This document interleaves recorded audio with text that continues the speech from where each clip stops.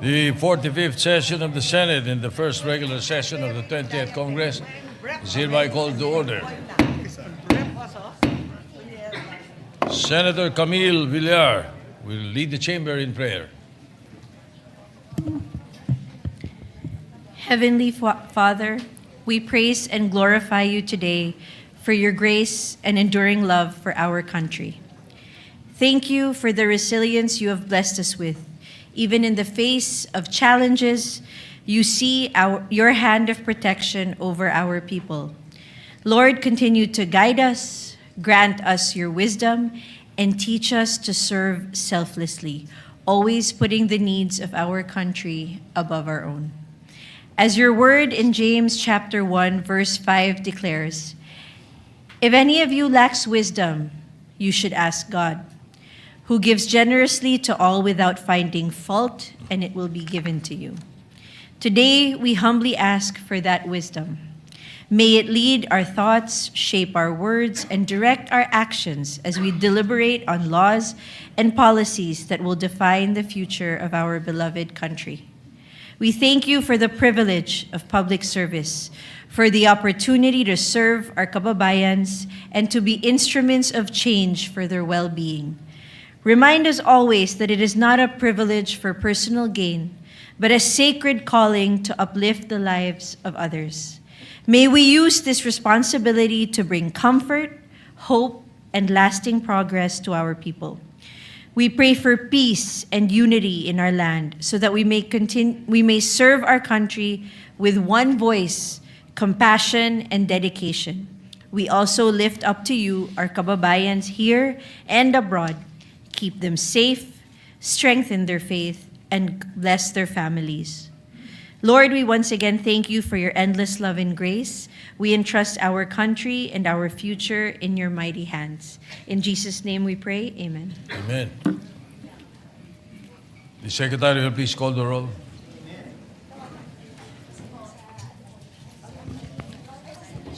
Roll call of members. The Honorable Senator Aquino, Senator Cayetano Alan, Senator Cayetano Pia, Senator De La Rosa, Senator Ejercito, Senator Escudero, Senator Estrada, Senator Gatchalian, Senator Go, Senator Hontiveros, Senator Lacson, Senator Lapid, Senator Ligarda, Senator Marcoleta, Senator Marcos, Senator Padilla, Senator Pangilinan, Senator Tulfo Erwin, Senator Tulfo Rafi, Senator Villanueva, Senator Villar Camille, Senator Villar Mark, Senator Subiri. The Senate President is present. With 19 senators present, the chair declares the presence of a quorum. Majority Leader. Thank you very much, Mr. President. Before we start the day, I'd just like to greet all our lady senators. A happy Valentine's Day, Mr. President. Advance happy Valentine's. And maybe to add to the prayer of Senator Camille Villar, she could have said, Lord, please help Senator Sherwin Gatchalian find a date for Valentine's. Kidding aside, Mr. President, we'd like to recognize the guests in the gallery, particularly the JIL Women's Volleyball Team, champions of the Bulacan University Collegiate Athletics Association, together with Coach H. Ailion and Ma'am Cheryl Jose. We have also with us guests of Senator Bamakino and Senator Pangilinan, local government officials from the province of Catanduanes led by Governor Patrick Azanza, also barangay officials from Milaor, Camarines Sur, together with Mayor Anthony Reyes and Father Roger Barbecho, Mayor J. Vincent Capistrano of Salay, Misamis Oriental, and Vice Mayor Popoy Pangadupon of Marawi City. Also, Mr. President, we have with us guests of Senator Alan Cayetano. SK officials from the city of Taguig are here with us as well, Mr. President. Yes, I think we also have Mayor Sarmiento and Councilor Nuco of Mamay High, Laguna. So we welcome all our guests to the Senate this afternoon. Thank you very much for joining us. Thank you very much, Mr. President. I Majority believe Leader. the good Senate President would like to prevail of the privilege hour. Would you like it done now, Mr. President? I can ask for suspension so that Senator Lacson could, Yes, Mr. President. yes, session, if Mr. you President, will. may be suspended for me. Session suspended.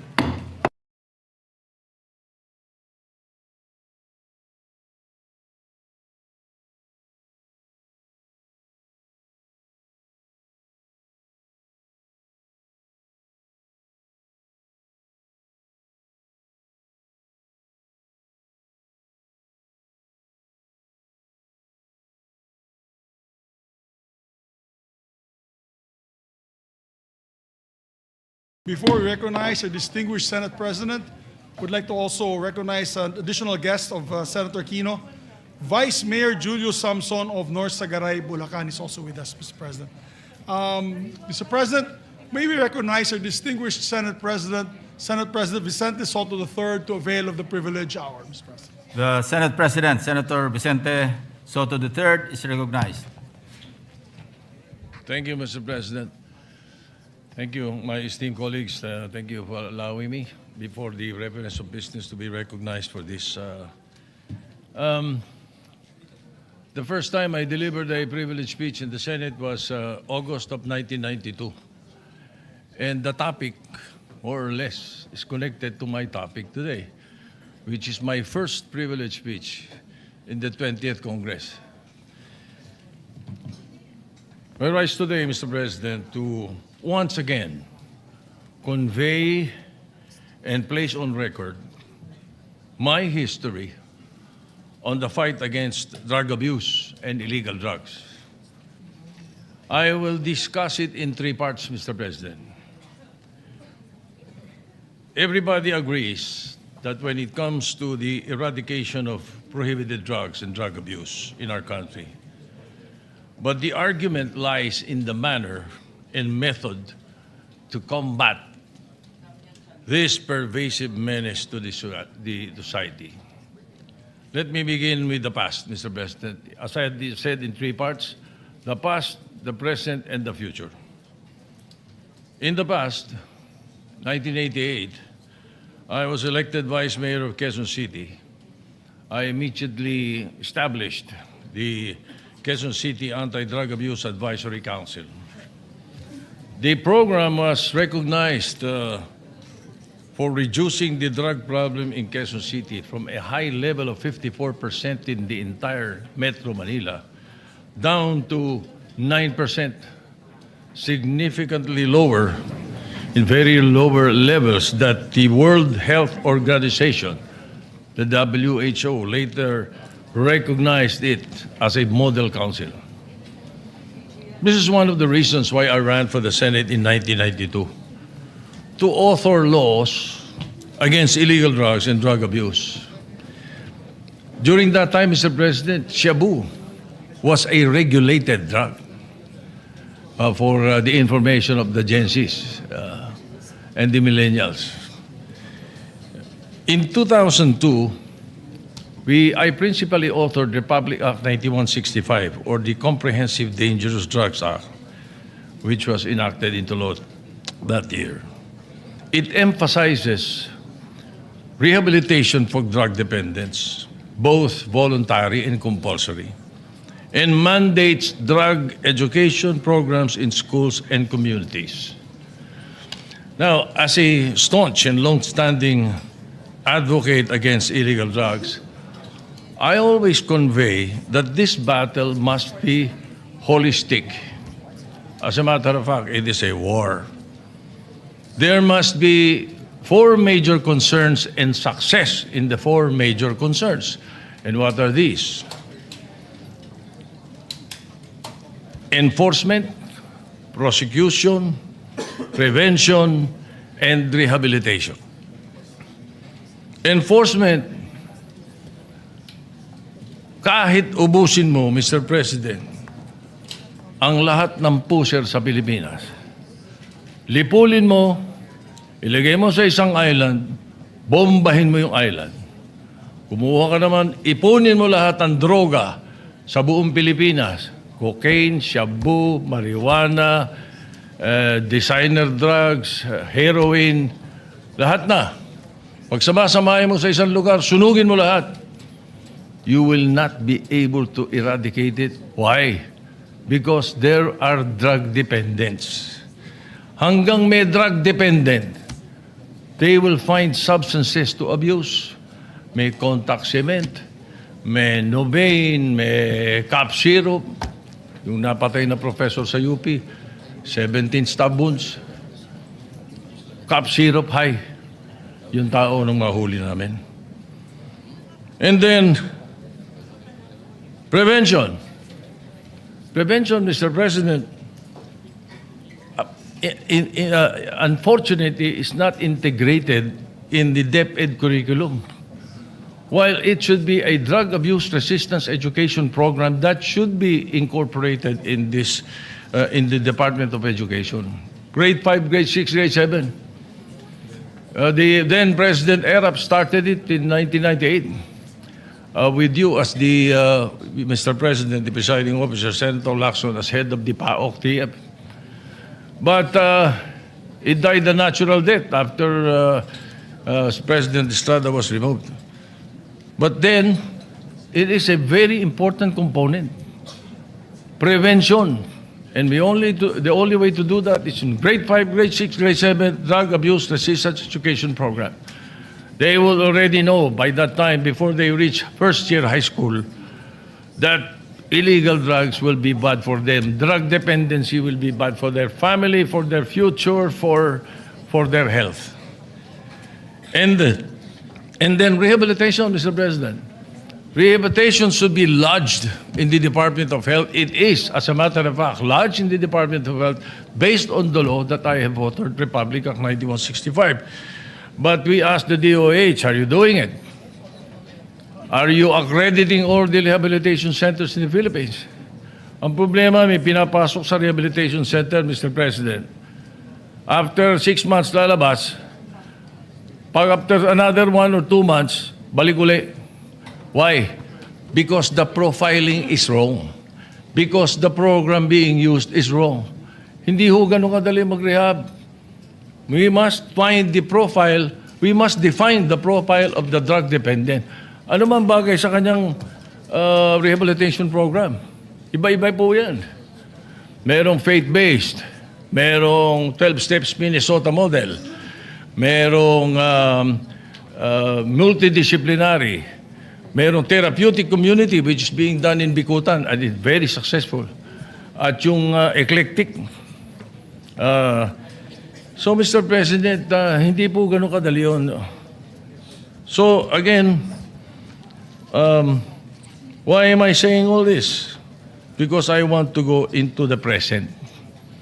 Eto ngayon, pinanggit ko yung prosecution. As I go into the present, I mention now, I've read an article in the Inquirer entitled, "The Drug War Bows to Law," last January 6, 2026. It mentioned that for the period of January to May 2025, there are 284 drug-related acquittals from the Court of Appeals. January, February, March, April, May. 5 buwan lang, Mr. President. 284 drug-related acquittals from the Court of Appeals. This exceeded the whole 2018 acquittal from the Supreme Court and the Court of Appeals, which recorded 257 drug-related acquittals. In 2019, the Appellate Court recorded 944 acquittals. As mentioned in the article, this reveals a system inundated with cases, poorly built, that findings of guilt cannot stand. Appellate justices point to repeated violations of the chain of custody rule under Republic Act 9165. We somehow amended already Section 21 a few years ago because also in the law we incorporated there that it should be reviewed every 10 years. Now, Mr. President, as indicated in the budget notes of the Supreme Court for fiscal year 2026, the court posted a below-target disposition rate of 27%. Meanwhile, backlogs on pending cases ranging from 3 to 6 years increased to 87.7% for 2024. In the 2024 Judiciary Annual Report, there are 2,930 pending criminal cases in drugs courts in the e-court system. Mr. President, in the data from the Dangerous Drugs Board, which I was a chairman before, from July 2022 to December 2025, there were 169,534 cases filed for dangerous drugs seized with a total value of 100 billion pesos. 4,296 of these cases were dismissed. Upon interview with several court personnel in Manila, Mr. President, they've noticed that the information in cases filed seems to have templates. Parang pare-pareho. And there were instances that there is duplication in evidence used in different cases. So these weak cases may be results of poor coordination between the police and the prosecution. Nakakalungkot, Mr. President, but let me go back again to the past pagdating dito sa issue na to. When I established the Quezon City Anti-Drug Abuse Council, we had these 4 primary concerns which I studied and learned from abroad. The chief city prosecutor then, Pepe Erestain, assigned to me 12 assistant city prosecutors only to prosecute drug cases in Quezon City. And together with that, the head of NARCOM then, one of your batchmates, Mr. President, assigned to me a NARCOM contingent to handle enforcement. Ang problema, Mr. President, after a few months, sunod-sunod ang dismissal. Kaya ako binabalikan yung kwento ngayon eh. Sunod-sunod ang dismissal. Kinausap ko ngayon yung NARCOM at ang chief of police namin noon, si Colonel Rodolfo Garcia. Sabi ko, ano ba nangyayari? Bakit ba? And then I also talked to the prosecutors, the 12 prosecutors, city prosecutors headed by Fiscal Tomas. Sabi sa akin, Mr. Vice Mayor, hindi marunong mag-file ng kaso yung mga pulis mo. Kaya hirap na hirap kami. Nadi-dismiss. Yun ang sagot. Nung tanungin ko yung mga pulis at yung NARCOM agents, sabi ko, hindi raw kayo marunong mag-file ng kaso. Ang sagot po sa akin, hindi ho, nalalagyan yung mga prosecutor mo. Ba, hindi ko alam kung sino paniniwala sa kanila, Mr. President. But again, I recall all this after I've seen all these dismissals in the different courts. Well, here's the beef, Mr. President. In another inquiry in Parañaque, they say that almost 75 to 85% of drug cases are dismissed because of the non-observance of the dual witness required by law.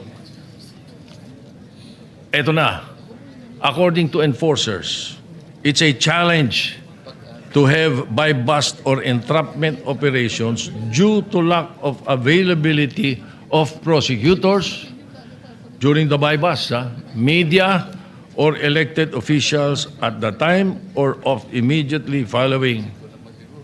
Yan ang sinasabi, as required by law. Indeed, yes, we placed that in the law then. It was an amendment proposed by Senator Nene Pimentel, I distinctly recall.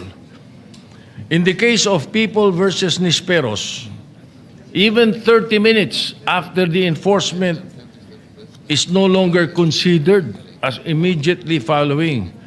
thus will violate the procedure required by law. So I checked with the other drug laws in our neighboring countries, Mr. President, for 2024 to 2025. Singapore remains a global leader in strict enforcement and with 95% conviction. 95% conviction rate for drug offenders. Among our neighbors, Singapore, Hong Kong, Japan, Thailand, South Korea, Malaysia, India, and Taiwan, we are the only country with a statutory chain of custody rule. Other countries observe it, but as part of proof only and not by law. They have high evidentiary expectations, but there is flexibility on how the chain is proven. Yes, being the authors, baka sabihin nyo, you're to blame. Ba't nilagay nyo yan? Hindi po. Times are to blame. Nakaka-invento nakakapalusot And that is the reason that Congress should be dynamic. That is the reason that we have to come up with new laws or upgrade or amend our laws, Mr. President. So indeed, it is high time that we, I now go to part 3, the future, Mr. President. It is high time we amend again Section 21 of Republic Act 9165. Instead of mandating that witnesses must be elected officials, representative of DOJ or media in every organization, we can mandate that the two-witness rule be ordinary citizens living in the area or body-worn cameras in lieu of witnesses. There is also a need, Mr. President, to streamline the marking requirements, especially during in flagrante delicto arrests. So, Mr. President, it's about time also for the passage of the creation of the Presidential Drug Enforcement Authority. I believe it is essential at this point in our history in time. This agency will oversee and aid in the proper filing of drug cases, and if possible, to assign lawyers in every precinct to assist in the strict enforcement of the law. Hindi po military unit dapat ang PIDEA. It should be overseeing and monitoring all the drug enforcement units, anti-drug enforcement units. So this PIDEA, which I am proposing, aims to unify enforcement, prosecution, prevention, and rehabilitation under one roof to ensure a holistic and effective approach. Mr. President, the scale of justice must be balanced. The effectivity of enforcement and prosecution must be equally accorded with due process to protect the citizens from abuse of authority. It is high time for a holistic reform in the whole of government approach to eradicate illegal drugs and drug abuse. So, Mr. President, that concludes my history and my fight against drug abuse and illegal drugs. Thank you, Mr. President. Thank you, Senate President Soto. Majority Leader. Mr. President, I believe that our distinguished Senator Macoleta would like to interpolate the good Senate President, if he may wish so. Yeah, Senator Marcoleta is recognized to Maraming interpolate. salamat po, Mr. President. Mr. Sponsor, kung sana po ay makakapagtanong po ng ilang bagay sa inyo pong privilege speech na binitawan sa hapong ito. Certainly, Mr. President, with pleasure. Mr. President, unang-una po ay pinasasalamatan ko ang ating,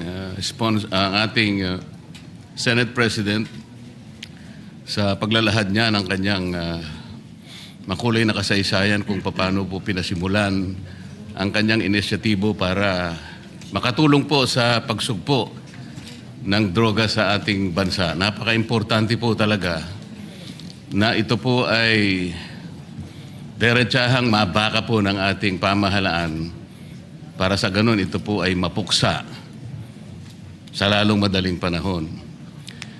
Ngunit kagaya po ng paghahalimbawa na ginawa ng ating Senate President, para pong maski po siya'y nalulungkot sapagkat nung siya po ay nagsimula niyan, siya po ay Vice Mayor po ng Quezon City. Pwede po bang maitanong, Mr. President, kung anong taon po yun? 1988, Your Honor.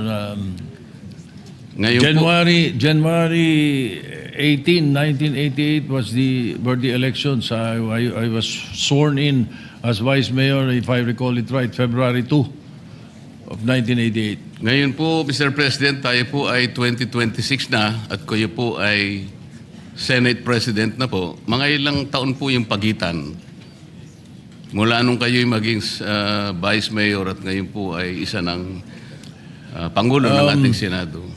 37 years, if my mathematics is still working, Mr. President. So, Ginoong Pangulo, sa halos 40 taong pakikipagbaka natin sa droga, na ngayon ay nalaman nating isa pa lang ating gagalang-galang na Senate President ang nagpasimula nito. Ngunit sa kanya pong paglalahad ay may halo pong kalungkutan dahil sa kanya pong paglalarawan kanina, kahit na po hulihin natin lahat ang mga puser at ang mga gumagamit nito, at kahit sakasakali na meron po tayong magagawang kaparaanan na sila ay ilagay lahat sa isang isla. At meron po tayong karapatan at kakayahan na pasabugin ang isla na yon. Siguro po iniisip po ng ating Pangulo, Mr. President, na sa kanya pong frustration talagang, kuminsan nga po, mahalos may isip nyo na po yun eh. Dahil siguro sa kagustuhan niyang mapuksa ka agad, bobombahin na lang niya. Paghalimbawa po natin, Mr. President, nakahanap siya ng isang napakabagsik na bomba. Talaga pong walang natirang isamang kaluluwa. Namatay po lahat, Mr. President. Pero sabi niya, hindi pa rin po sapat yun eh. Hanggat meron tayong lilitaw ng mga kababayan, sabi po niya, na dependent sa droga, mananatili pong magkakaroon tayo ng problema. Tama po ba yung aking pagkakarinig, Mr. President? Tama po yun. Bagamat pagdating po doon sa issue ng human rights, yung akin po ay theoretical lang, na kapag kahit ubusin mo lahat ng puser sa Pilipinas, in a way, kung ika ngay may mong pasabugin sa isang lugar at mawala sila lahat, theoretical lang naman yun. Alam ko po yun. Ika nga ganun pa rin, magkakaroon pa rin ng hahanap pa rin po sila kung meron kang drug dependent. Kaya nga ho, ang totoo po niyan, kapag naksawata natin ang drug dependency, ang bigat nga, mas mabigat sa akin yung prevention and rehabilitation kaysa sa enforcement and prosecution kung tutuusin. Sapagkat kapag napigil mo lahat ang drug dependent sa Pilipinas, yung mga bagong 13 years old hindi na magdodroga at yung mga dating drug dependent na inahirehab mo, wala nang bibili. Mr. President, I have said this before, the day we stop buying is the day they stop selling. Wala nang magbebenta, Mr. President, dahil walang bibili. Like for example, in this case, dito sa ating ngayon, maglagay ka na isang tambak na cocaine dyan. Kung walang drug dependent dito, walang hihipo nun. Basura yun, Mr. President. That is what I mean. Thank you. Salamat po sa inyong pagpapaliwanag. Yun din po ang pagkakaintindi ko, Mr. President. Kahit na theoretically magagawa po natin yun, ay talaga po palang mahihirapan din tayo. Ito po paglararawan na lang na nakaya nating gawin. Kunwari, totoong lahat na nagawa po natin yun. Mananatili pong maharap po tayo sa problema dahil may babangon po pang mga iba pang mga drug dependents na ang pinagmumulan po nito ay marami pong mga problema sa buhay. Iba't iba pong kalagayan sa buhay. Halimbawa po, Mr. President, sa napakahirap pong kalagayan ng napakarami nating mamamayan ngayon, yung kanilang pong pagkain lang, Mr. President. Ngayon po, halos na doble na po ang presyo ng mga bilihin ngayon. Isama po nyo yung gamot, yung lahat po ng pangangailangan para mabuhay ka lang ng disente. Kaya kung minsan po nagagawa na ng mga tao para malimutan lang ang problema na kanilang kinakaharap sa araw-araw. Lalo pa nga, isama mo po ang kanilang mga anak. Kaya po sila nakakahanap ng paraan para malimutan siguro yung problema. So, kung hindi po natin maayos ang problema nating pang-ekonomiko, socio-economic problems, yun po talaga ang kausa. Yan po yung pinagmumulan ng problema kung bakit lumalala at lalong nagiging mahirap para bakahin natin ang problema ng droga. Sa makatwid, Mr. President, hindi lamang po yung actual na paghuli sa mga gumagamit ng droga, i-reinforce natin ang mga batas, i-prosecute natin, i-rehabilitate. Kinakailangan po nating puntahan yung pinagmumulan muna ng problema kung bakit nagkakaroon ng mga taong sa pilitang gumagamit ng droga. Sa makatwid, lalong mas malaki po yung problema ang kinakaharap natin. Hanggat hindi po natin na isasaayos ang napakaraming problemang bumabalot sa ating bansa, mananatili po na magkakaroon at lalo pa pong magkakaroon at dadami pa ang mga taong maghahanap ng pansamantalang pagtatakip ng kanilang problema. Yan nga ay sa pamamagitan ng paggamit ng droga. Tama po ba ang aking assumption, Mr. President? Yes, Mr. President, maraming salamat po. At, maganda yung napunto ninyo sapagkat you are absolutely right. But hayaan niyo pong dagdagan ko. Ano? At hindi lang yung ikang escape ang pinag-uusapan dito. As a matter of fact, thank you for reminding me because if I am asked, may mga drug dependent hanggang ngayon, drug dependent pa rin kahit ubos na droga. Ano ba problema? Ayan ang tatanong. Ano ba ang pinagsisimulan dyan? Mr. President, I have used an acronym, PEACE, P-E-A-C-E, to describe it. And that encompasses and includes what the distinguished gentleman from Tarlac said, Senator Marcoleta. Tama po yun. Because P stands for peer pressure. Yan po isa sa mga dahilan. Sa eskwela, sa barkadahan, naku, pag hindi ka sumubok, ganito. Isa po yun. Yung E sa peace stands for escape. Yun mismo yung sinasabi ninyo. At yun ang isa sa mga dahilan. Parang escape po yan. Akala nila makakatakas sila sa problema nila, makakatakas sila sa kahirapan nila, sa pamamagitan nito. Mali po. Lalong nadodoble ang problema nila. Yung A naman sa peace stands for availability. Napakalaki hong negosyo nito. Ito po, bilyon-bilyones na dolyares na negosyo ito. That's why these people, these drug lords, these drug pushers, especially high-level drug traffickers, will make it available in your streets, in your homes, in your schools, everywhere. They will make it available.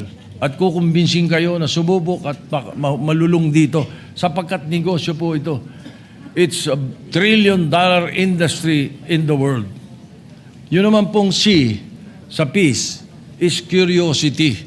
At yun ang pwede nating iwasan doon sa sinasabi kong prevention sa Drug Abuse Resistance Education Program ng mga kabataan. Curiosity po ang simula nung iba. At yun namang E sa peace is emptiness. Kapag walang pagmamahal, pag walang Panginoon sa puso mo, Panginoon, pag walang ang Diyos sa puso mo, iyon na tinatawag nga na emptiness, malamang malulung ka sa ipinagbabawal na gamot. Yun po ang isa sa mga binabanggit ko lagi. Kaya po, salamat at nabanggit nyo yung mga dahilan na yan. At yan hindi madaling harapin, hindi madaling solusyonan. As a matter of fact, it has to be an ongoing fight. It is a war. And I always say, Mr. President, in this war, the best fighting unit against illegal drugs is the family. Kaya po, paulit-ulit ko pong sinasabi po yan. Salamat po. Salamat din po sa karagdagang paliwanag, Mr. President. Talagang yung P, pressure po talaga. Pressurado siya araw-araw. Walang makain ng anak niya. Walang magamit sa napakarami pong pangangailangan sa buhay. Litong-lito po siya.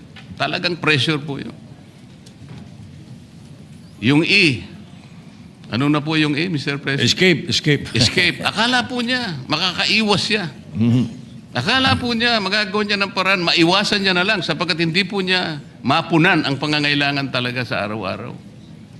So napipilitan siya talagang humanap ng escape. Yung A, availability. Available po sa kanya yung option na yun dahil yun na lang po kasi ang tanging magagawa niya.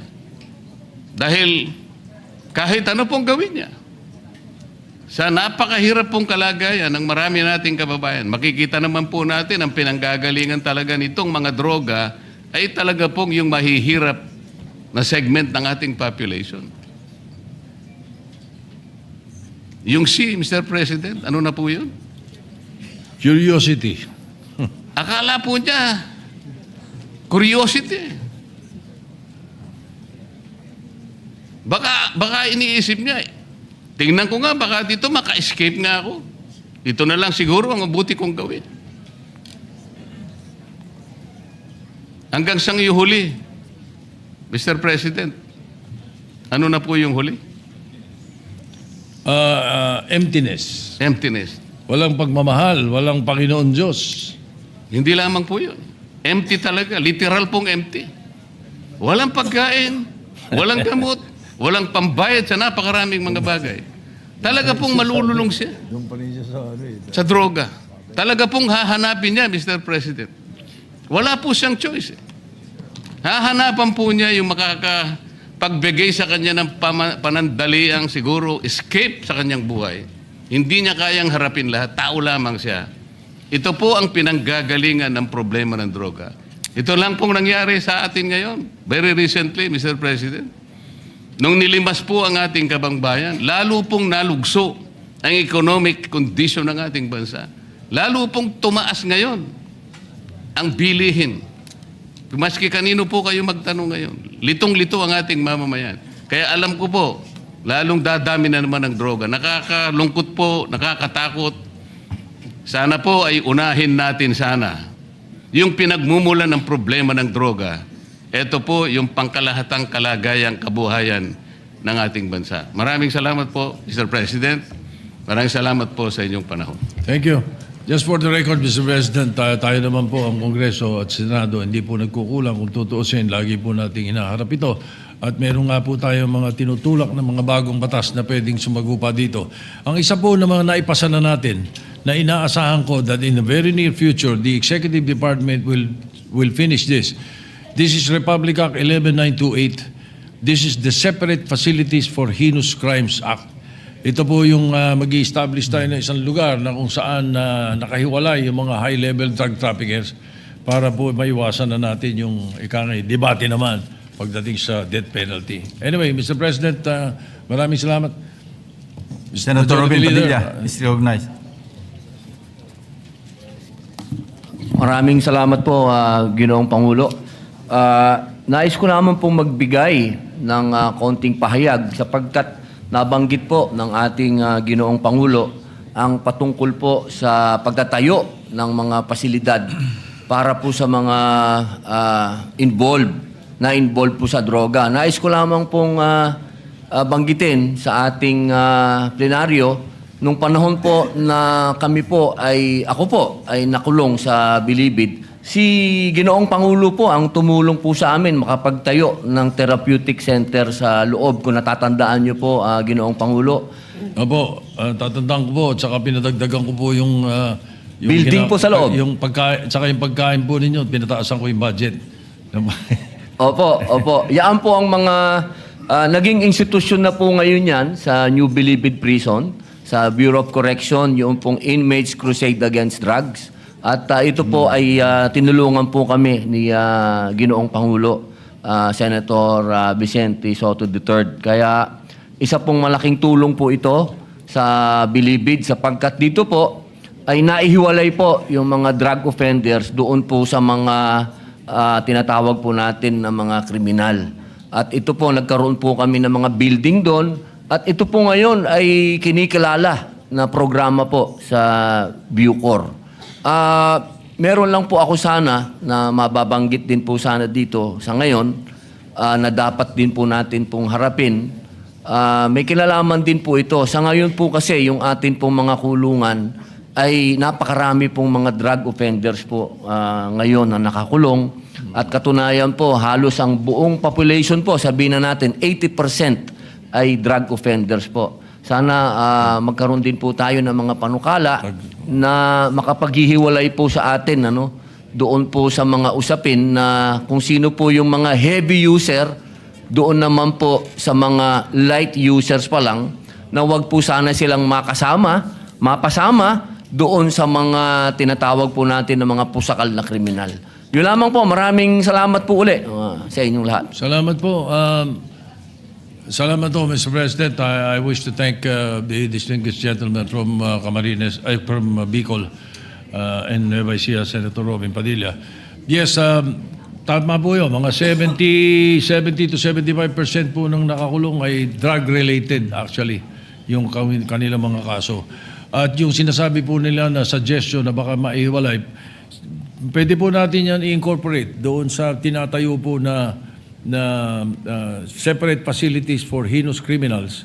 Naihiwalay po sila. So, mangyayari po, aalisin natin dapat sa Muntinlupa, yung New Bilibid Prison sa Muntinlupa. At ililipat natin ang mga taga-Luzon sa Luzon, ang mga taga-Visayas sa Visayas, at ang mga taga-Mindanao sa Mindanao. Bakit po naisipan yan at nilagay ko puro sa batas yan? Sapagkat ang nabalitaan ko, at ito po ay mapapatunayan ng ating kaibigan at ating kasamang senador, Mr. President, na kapag ang isang PDL or person deprived of liberty ay hindi na dinadalaw ng pamilya, yan po ay based on my research at saka pag-aaral po yan. Marami pong inabot ang sa akin ng Department of Justice during that time. Sa matter of fact, binigay ko po kay Senator Frank Rilon yan nung araw when he was Secretary of Justice, na kapag hindi na dinadalaw ng pamilya, doon nag-uumpisang magloko. Yung PDL. Doon na nakakasama ng mga gang, na barkada, na siguro po ay mapapatunayan ito ni Senator Padilla. Totoo po yan. Opo, ako po'y sumasang-ayon sa atin pong Ginoong Pangulo. Sa katunayan po, nung 19th Congress, ako doon po ay nagsulong ng regionalization. Totoo po yun. Kapag ang tawag po namin dyan, mga tawid dagat. Kapag ang tawid dagat po ay hindi na nadalaw, eto na po, nagkakaroon na po ng mental health issues na po talaga. At nauuwi na po ito minsan sa pagiging buryong. Yun po ang tawag namin doon. Pag naburyong yan, ay pwede na po yan talaga minsan mag-amok o manaksak. Opo. Yan po yung mga tunay na problema. At napakaganda pong marinig na ito po ay pag-uusapan po uli. At inshallah ay magkaroon po ng batas na maging regional na po talaga ang Bilibid. Sa ngayon po, ito'y nandoon na. It's a matter of the Executive Department executing it now. Kasi nga, tama yung binanggit nila. At sumasang-ayon siya sa sinabi namin, sumasang-ayon din po ako sa kwento niya. Sapagkat kapag ikaw ay, ang isang PDL ay taga-Sultan Kudarat, paano kang bidalawin sa Muntinlupa? Baka once a year hindi ka madalaw noon. Lalo na kung ito'y kapos. Kapos. At karamihan sa ating mga kababayan doon ay kapos. So pag hindi na dinadalaw, yun ang nag-umpisa. So dali natin sila sa Mindanao, yung mga taga-Mindanao. Taga-Visayas sa Visayas. At yung mga taga-Luzon sa Luzon. Ang mangyayari po niyan, at sineperate po natin yung mga loko, yung mga heinous criminals, sineperate natin yan. Yung Muntinlupa po, 324 hectares, tama ba? 324 hectares po yun. Ang laki pong ginhawa sa gobyerno to. Kung ito'y gagawin na lang natin, imbis na NBP, gagawin natin itong yung university belt. University belt. Marami pong magtatayo ng mga eskwela at university ron. At magiging growth corridor po yan papunta sa south ng Luzon at ng Metro Manila. Malaking bagay po yun at I hope maumpisa na po yan. Ang alam ko, when Secretary Remulla was DOJ Secretary, they started already the tawag dito, the groundbreaking for that. So, sana po matuloy at salamat sa inyong pagsuporta at pagtangkilik, Your Honor.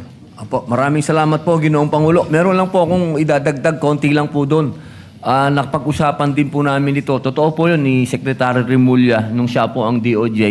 Ni-request ko lang po sa kanya na sana i-maintain lang yung maximum prison na parang Alcatraz po, na wag namang gibain kasi very historical po yung maximum prison, na kung ito po ay matutuloy, magkakaroon po ng paglilipat, sana lang po i-maintain lang yon sapagkat napaka-historical po nung main building po ng Bilibid. Maraming salamat po, Ginoong Pangulo. Pwede pong maging museum. Maliit na party lang naman po yun, so pwede po yung suggestion na.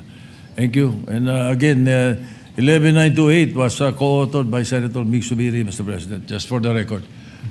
Senator Joel Villanueva is recognized. Mr. Yes. President, just very short, Mr. President, manifestation, and if I may just raise one question to our dear Senate President. First of all, at the onset, may I just put into the records of this August Chamber my sincerest thanks and gratitude and support to the privileged speech given by our Senate President.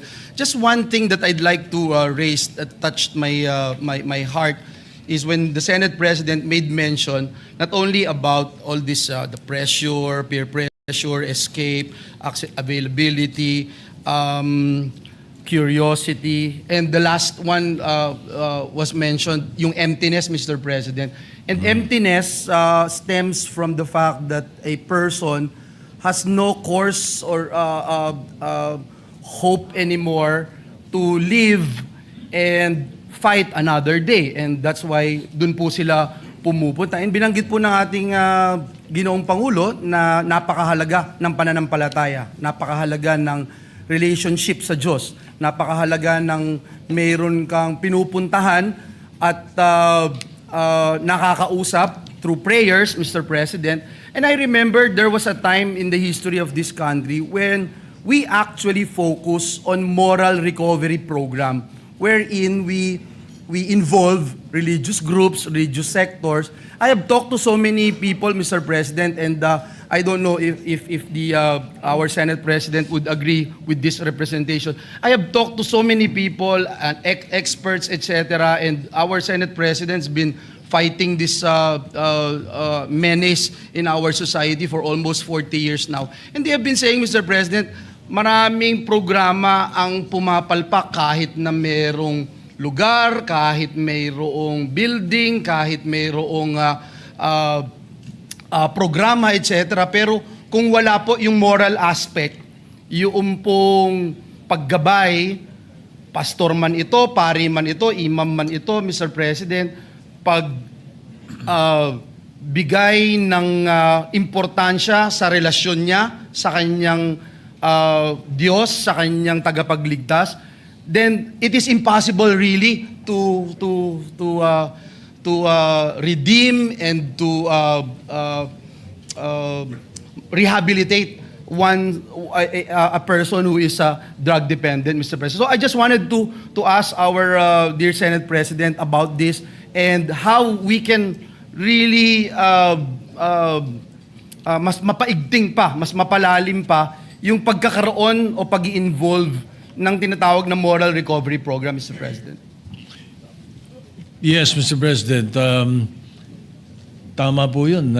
Iyan po isa sa mga pinakamahalaga na parte sa atin sa buong buhay, hindi lang tungkol sa droga, kundi sa kabuuan natin. Yung moral recovery ng ating bansa, we will have to focus on faith. Whatever religion we believe in, we must focus on faith. As a matter of fact, yun po sa sinasabi ko sa rehabilitation program, ang isa ho sa pinakamatala, aside from therapeutic community, yung pong faith-based.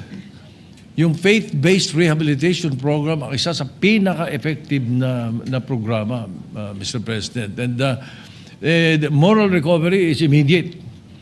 Iba talaga kapag ang kausap mo ay ang Panginoon Diyos at talagang ibinubukas mo ang sarili mo at isinusuko mo sa Kanya.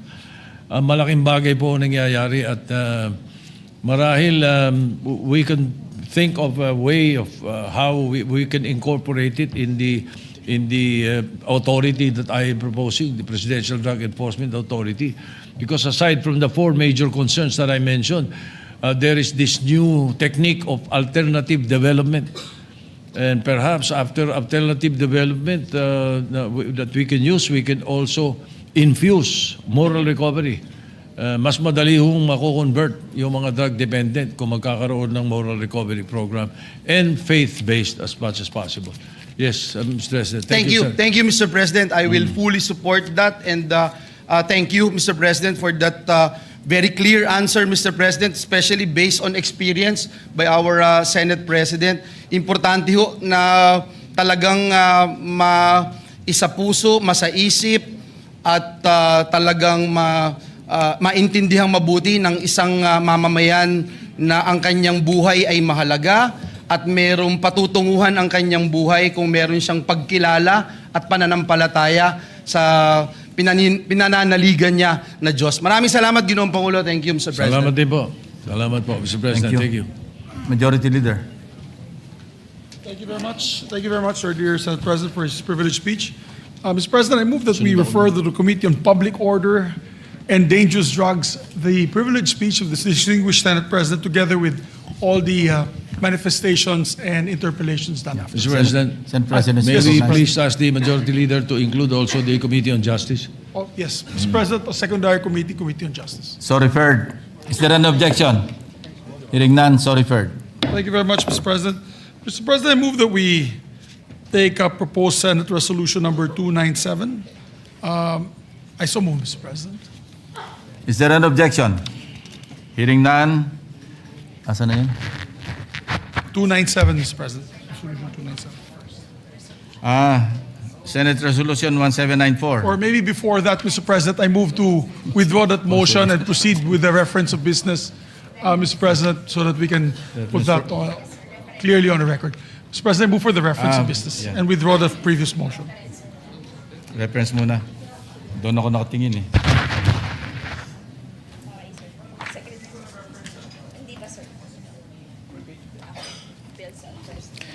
Bills on first reading.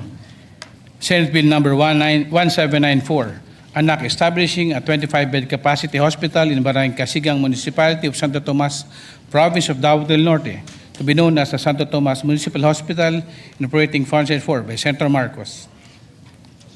Referred to the Committee on Rules. 1795, Anak, establishing a post-traumatic stress disorder awareness and education program by Senator Villar M. Referred to the Committee on Health and Demography. 1796, Anak, establishing the Philippine National Public Park System and operating Funds 4 by Senator Villar M. Referred to the Committees on Urban Planning, Housing and Resettlement, Tourism, Ways and Means, and Finance.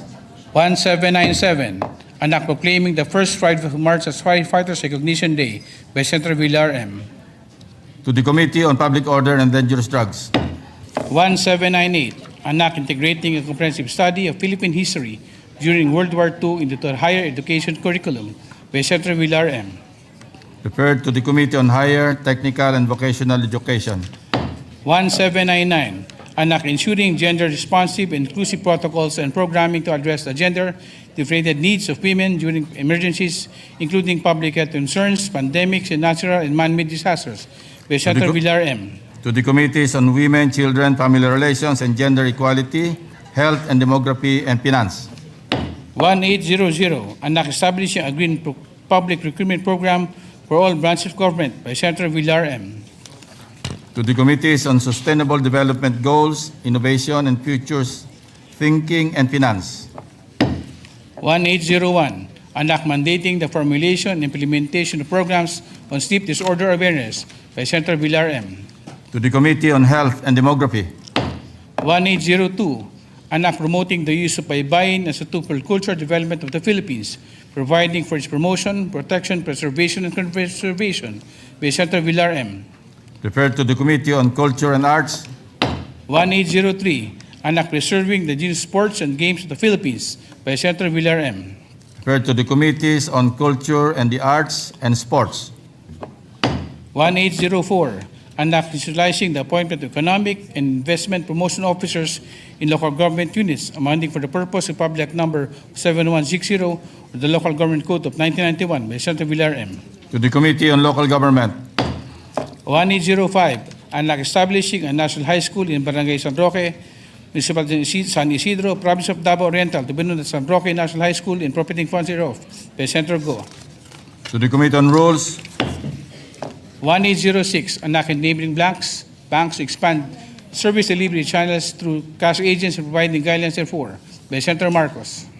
to the Committee on Banks, Financial Institutions, and Currencies, 1807, an act further promoting renewable energy, amending therefore Republic Act Number 9513, otherwise known as the Renewable Energy Act of 2008, Republic Act Number 7160, otherwise known as the Local Government Code 1991, and for other purposes by Senator Marcos. to the Committees on Energy, Local Government, and Ways and Means, 1808, an act amending Republic Act Number 11697, otherwise known as the Electric Vehicle Industry Development Act, and for other purposes by Senator Marcos.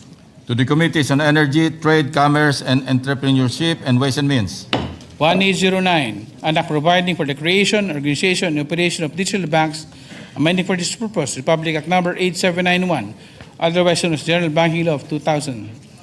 to the Committee on Banks, Senator Marcos. Financial Institutions, and Currencies, Additional reference. Additional reference of business. Bills in first reading. 1810, an act strengthening the Commission on Elections by increasing the manpower complement in field offices, providing office spaces separate, independent from local government units, and appropriating funds therefore, amending for the purpose Batas Pampasa bilang 881, otherwise known as the Omnibus Election Code of the Philippines, as amended by Senator Aquino. to the Committees on Electoral Reforms and People's Participation, Civil Service, Government Organization, and Professional Regulation, and Finance, 1811, an act converting the extension campus of the Cebu Technological University in the municipality of San Remillo, province of Cebu, into regular campus and appropriating funds therefore by Senator Aquino. Committee on Rules, 1812, an act converting the extension campus of the Technological University in the municipality of Tabuelan, province of Cebu, into regular campus and appropriating funds therefore by Senator Aquino. to the Committee on Rules, 1813, an act converting the extension campus of Technological University in the municipality of Tabogon, province of Cebu, into regular campus and operating funds therefore by Senator Aquino. to the Committee on Rules, 1814, an act converting the extension campus of the Cebu Technological University, Bantayan, in the municipality of Bantayan, Bantayan Island, province of Cebu, into independent regular campus and operating funds therefore by Senator Aquino. to the Committee on Rules, 1815, an act creating the Department of Education, Northern Iloilo Division, and operating funds therefore by Senator Aquino. to the Committees on Basic Education, Civil Service, and Government Organization, and Professional Regulation, and Finance, 1816, an act providing for institutional, structural, and systemic defense reforms in further purposes by Senator Ligarda. referred to the Committees on National Defense and Security, Peace, Unification, and Reconciliation, and Finance, 1817, an act implementing a lifeline rate for internet services, amending for its purpose Section 17 of Public Act Number 7925, otherwise known as the Public Telecommunications Policy Act of the Philippines by Senator Marcos. to the Committees on Public Services and Finance, 1820, an act establishing a comprehensive integrated and sustainable integration program for overseas Filipino workers by Senator Villanueva. to the Committees on Migrant Workers and Finance, 1821, an act promoting the adoption of digital payments for financial transactions with the government and all merchants by Senator Villanueva.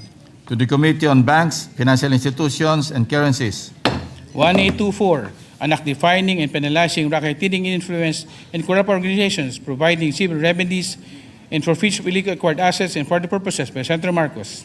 to the Committee on Justice and Human Rights, 1825, an act exempting the importation of medical supplies and equipment from customs duty and value-added tax by Senator Marcos. to the Committees on Ways and Means and Health and Demography, 1826, an act strengthening the government procurement, amending for the purpose Republic Act number 12009, otherwise known as the New Government Procurement Act, by Senator Marcoleta.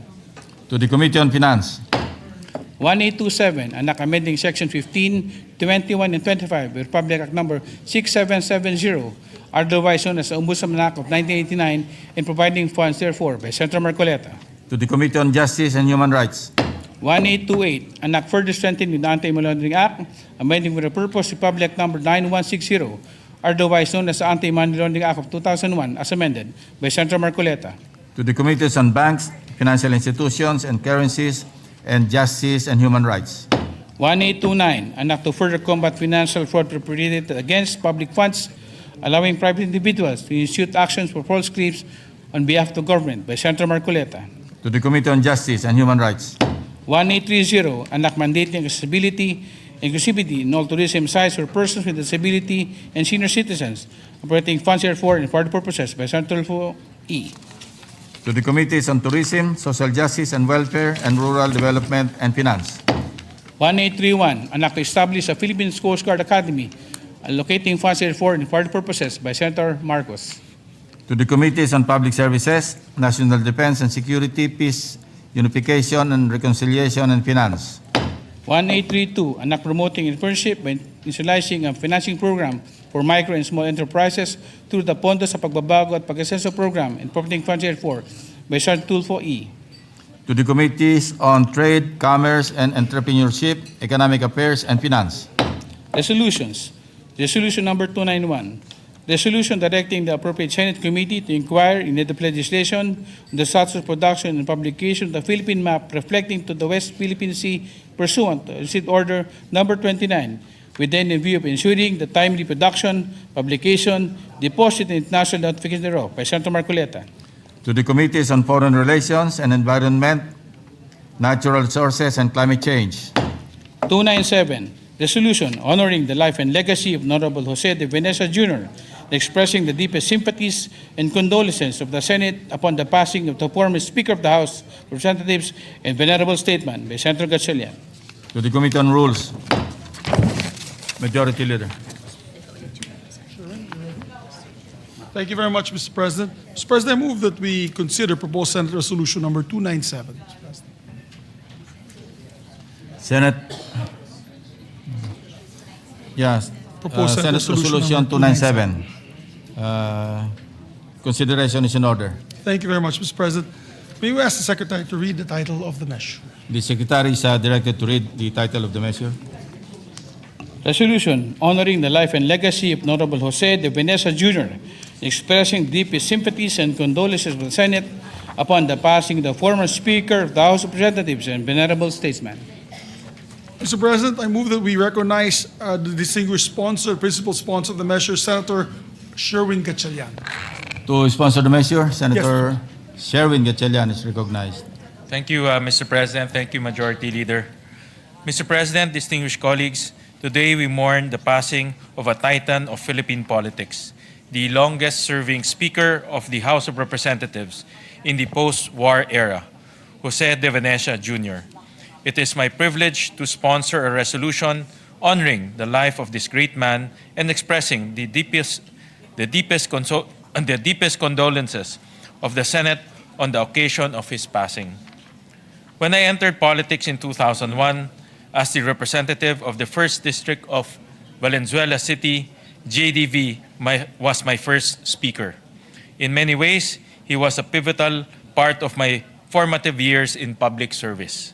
He was a leader, a voice of reason, and a figure of stability and continuity that was synonymous with our democratic institutions. Indeed, many would seek to emulate him as one of our nation's great parliamentarians and peacemakers, and an instrumental figure in organizations such as the International Conference of Asian Political Parties and the Asian Parliamentary Assembly. One of JDV's greatest gifts was the capacity to bring people together from different political camps and backgrounds to work for the common good. He was the architect of the Rainbow Coalition and the Sunshine Coalition, which were critical to ensuring the stability of government during turbulent times. During the term of President Fidel Ramos, JDV constantly held vital continuing dialogues with the leadership of the Moro National Liberation Front, or MNLF. The efforts of the Peace Panel culminated in the 1996 peace agreement between the government and the MNLF. This is just one example of the flair for diplomacy and consensus building that made JDV a worthy champion for peace and progress. Ultimately, JDV's legacy is one of quiet service, of reliability, of building bridges between diverse peoples. It is a legacy that brought a sense of calm and stability to government, opening the door for lasting change, reform, and progress to make its way from the halls of Congress to the households of our countrymen. It is a legacy that influences my work in public service to this day. In closing, I would like to express my deepest condolences to Congresswoman Gina De Venecia and to the rest of the De Venecia family. You will always be in our prayers, and we thank you for the privilege of knowing Speaker JDV. We will always strive to honor this example. I know that his life will inspire future generations of civil servants to follow in his footsteps and work tirelessly for a more peaceful, harmonious nation. Thank you, Mr. President. Thank you, Senator Gatchalian. Majority Leader. Thank you very much. Lauren. Thank you very much, Mr. President. Mr. President, I'm next to co-sponsor the measure. May I just use my speech yesterday and my manifestation as the co-sponsorship of this particular resolution, Mr. President? For the Is record. there any objection? Hearing none, motion is approved. Thank you very much, Mr. President. Mr. President, next to give a co-sponsorship speech is no other than our distinguished colleague, Senator Lauren Legarda. Senator Lauren Legarda is recognized.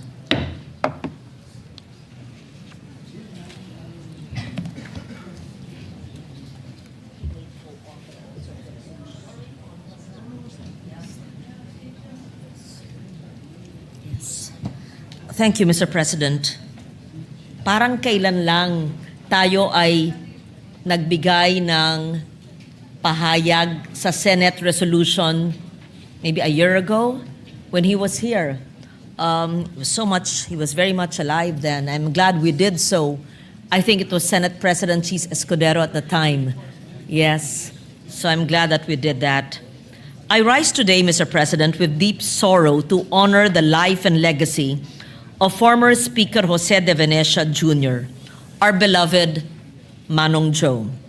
I extend my heartfelt condolences to Congresswoman Gina, Manay Gina to many, and the entire De Venecia family, including our colleague in Congress, former Congressman Christopher Toff De Venecia, who shared with him with the nation for so many decades.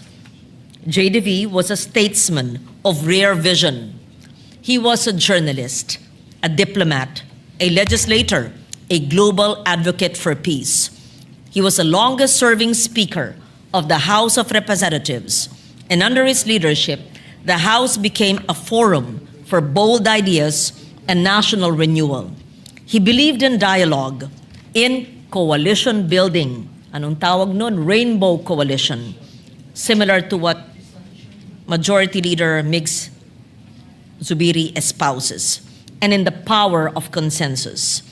His initiatives for peace, from Mindanao to the Middle East, reflected his conviction that the Philippines must always be a bridge for understanding. But beyond the titles and the accomplishments, I remember the personal kindness of Manong Joe. In 1997 and early 1998, yan, ang bata pa natin noon. When I first became a senator, still learning to navigate the world of politics, he believed in me.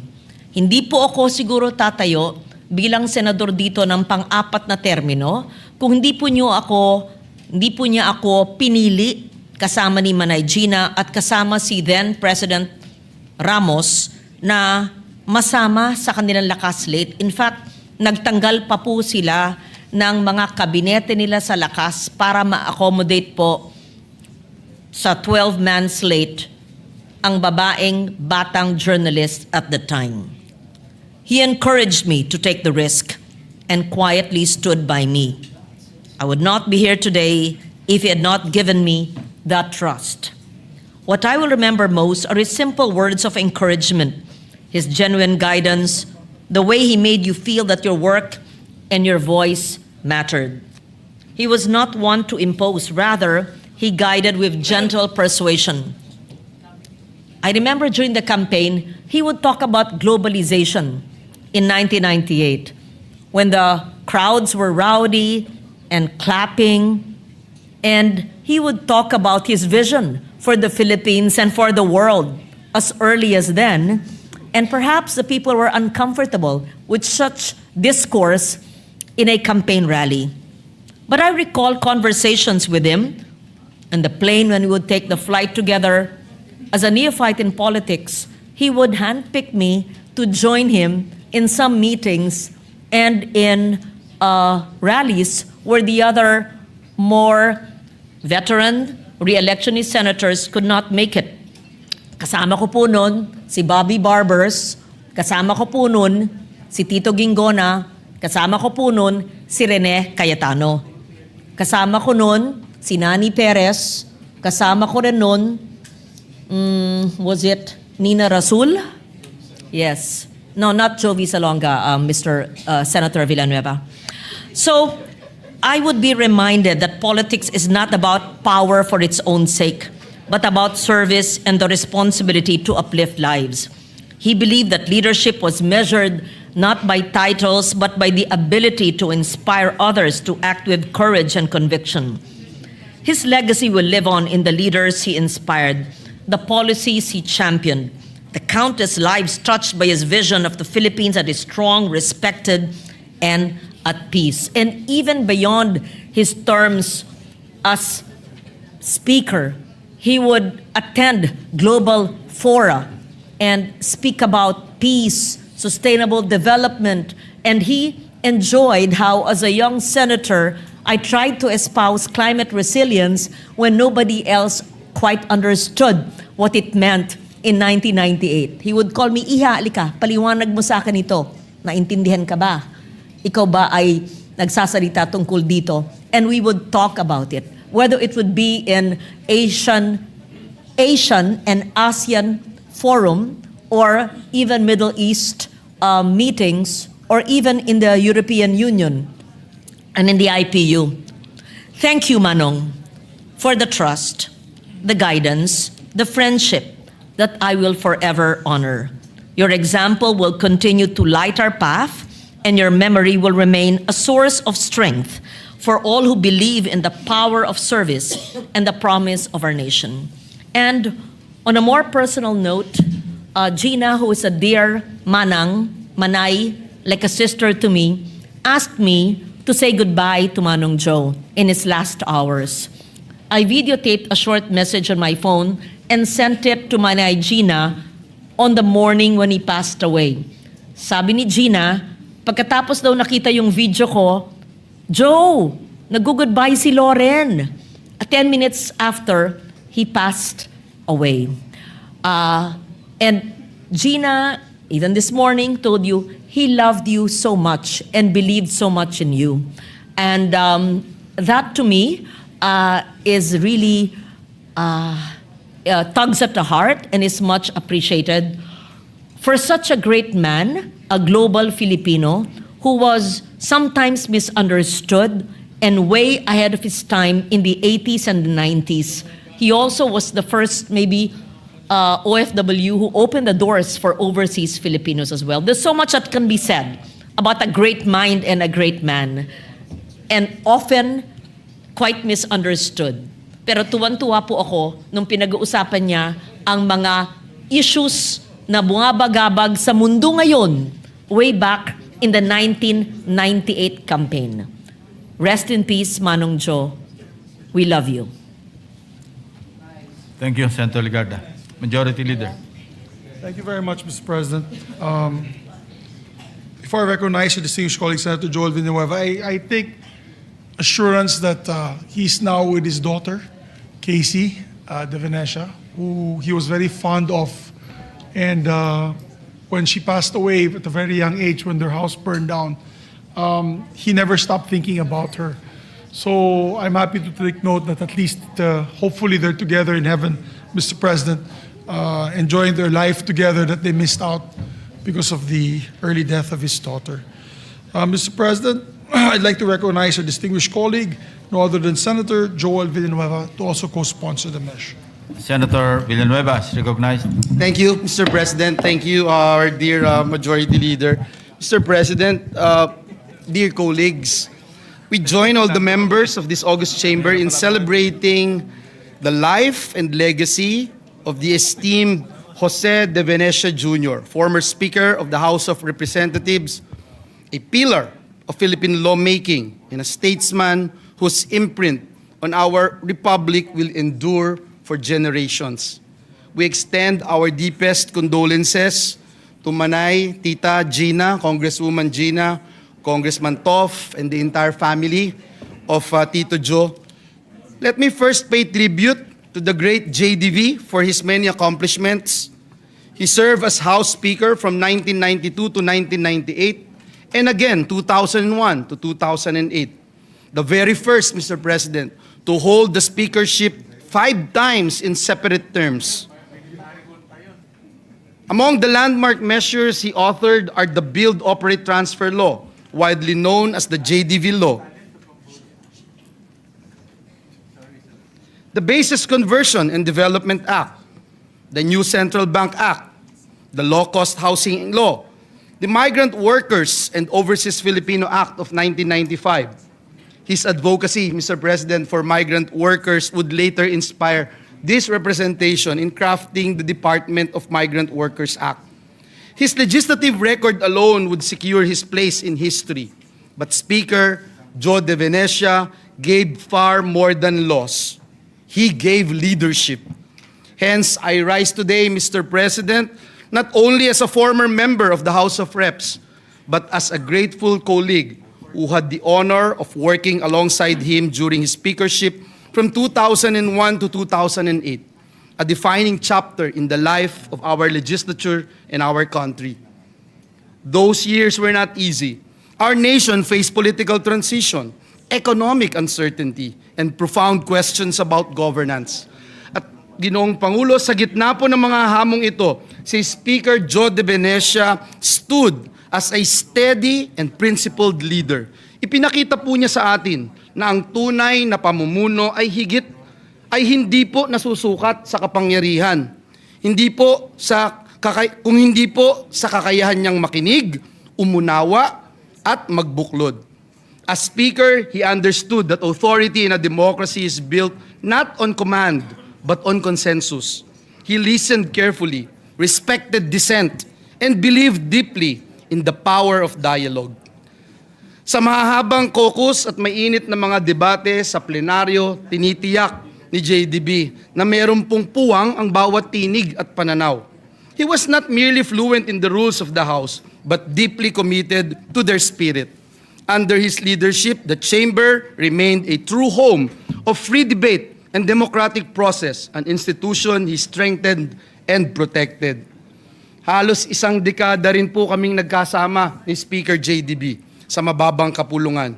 At kung matatandaan niyo po, ang grupo ng minorya noon ay nakapag-produce ng 9 na senador dito sa Senado. Nandiyan po sila Senators Alan Cayetano, Senator Chis Escudero, Senator Amy Marco, Senator Risa Ontiveros, Senator T.G. Gingona, Senator Noynoy Aquino, Senator Cynthia Villar, Senator Sani Angara.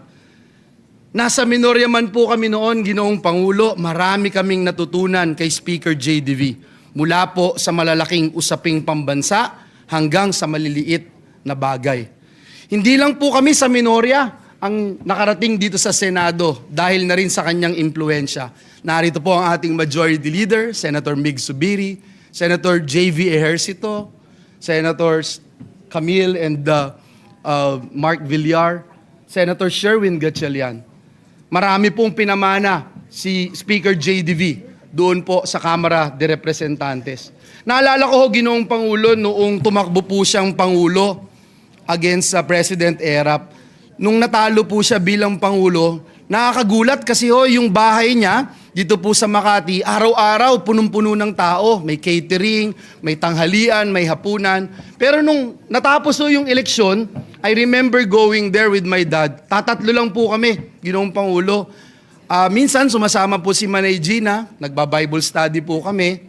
At sinabi po noon, at tandang-tanda ko ni dating Speaker Jody V, sabi niya, dahil po doon sa mga Bible studies, at sumasama po siya sa amin noon, nag-anniversary ang JIL sa Hong Kong, sa Taiwan, nakakasama ko siya, nakakatabi ko siya sa eroplano, marami po siyang kinukwento sa atin. At tandang-tanda ko po sinabi po niya, balang araw, at dahil dito sa mga ginagawa natin, na-realize ko na hindi pa tapos ang Diyos sa akin. At balang araw, makakabalik pa rin ako. At nangyari nga po, nakabalik po siya bilang Speaker of the House. Siya rin po, Ginoong Pangulo, ang may idea na dapat magkaroon ng party list representative sa House Committee on Rules. Kaya po, dumating ho yung pagkakataon nung 2002, ako ho ay kauna-unahang naging part ng Committee on Rules ng House of Representatives. Idea din po niya na dapat ang party list group ay magkaroon din ng representasyon sa Commission on Appointments.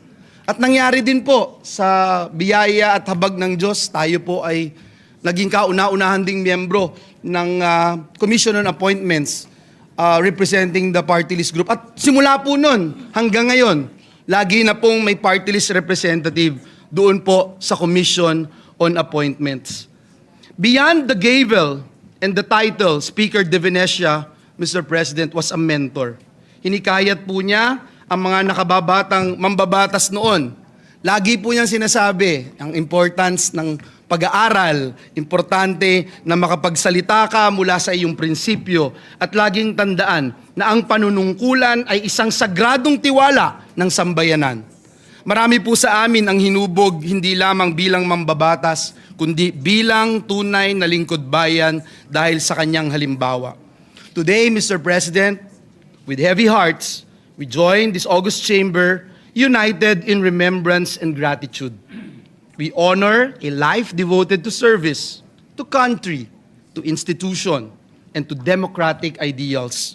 Ang kanya pong pamana ay mananatili sa mga batas na kanyang itinaguyod, sa kamara na kanyang pinatatag, at sa mga leader na kanyang hinubog.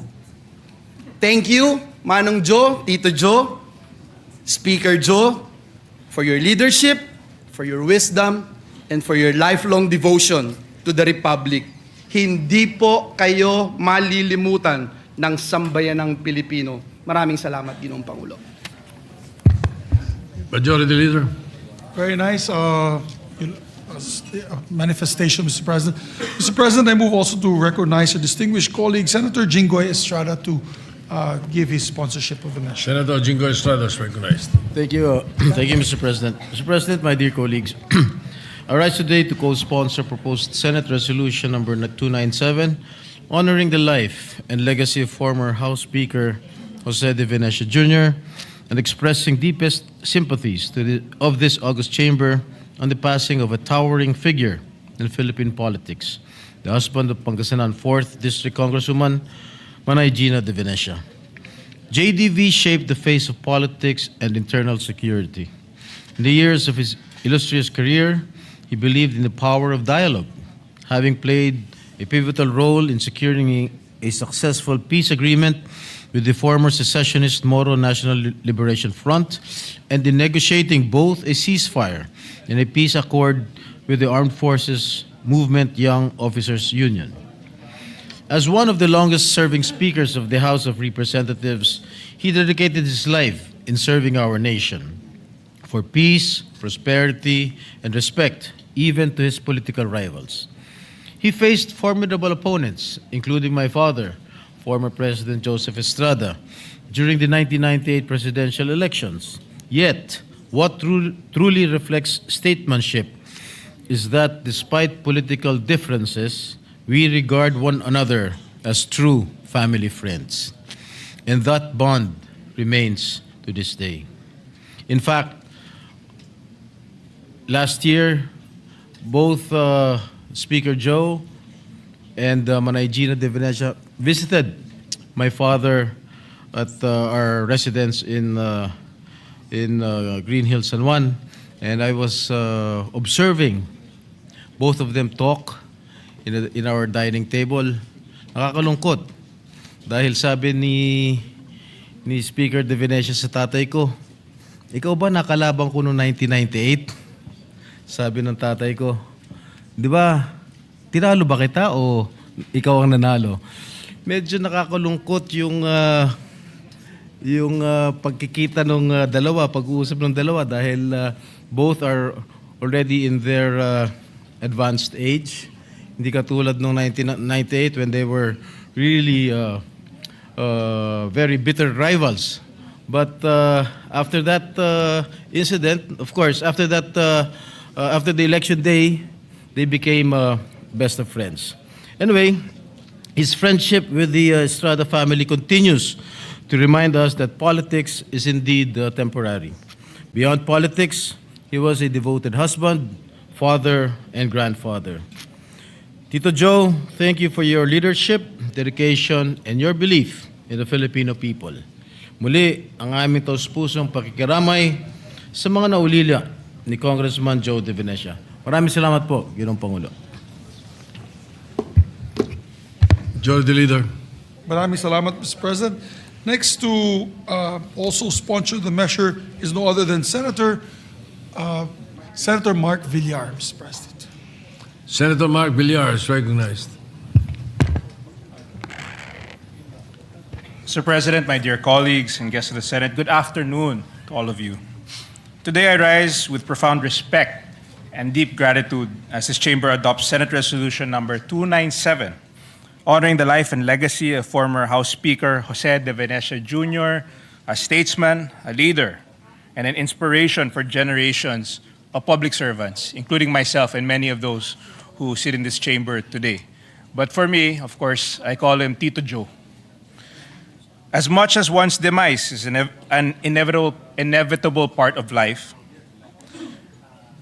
that is filled with sadness, grief, and pain, it is also an opportunity for us to honor, commemorate, and celebrate one's life. Former Speaker Jose de Venecia is a prominent figurehead of Philippine politics, recognized as the longest-serving House Speaker, leading the lower chamber across different political landscapes and for almost 2 decades.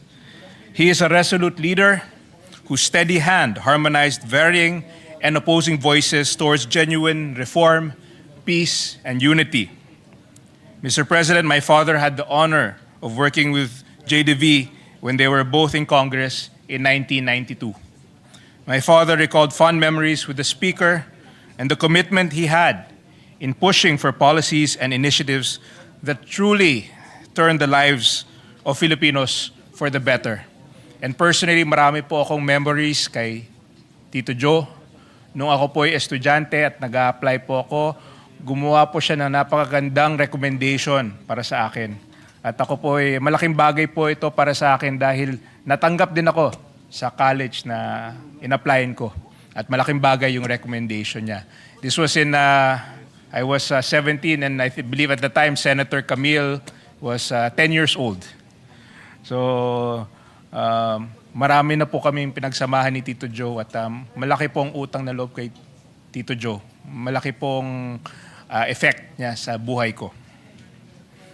JDV has left a legacy of legislative accomplishments that defined the socio-economic and political landscape we know today. He championed multi-sectoral legislation that uplifted the quality of life of many of our constituents.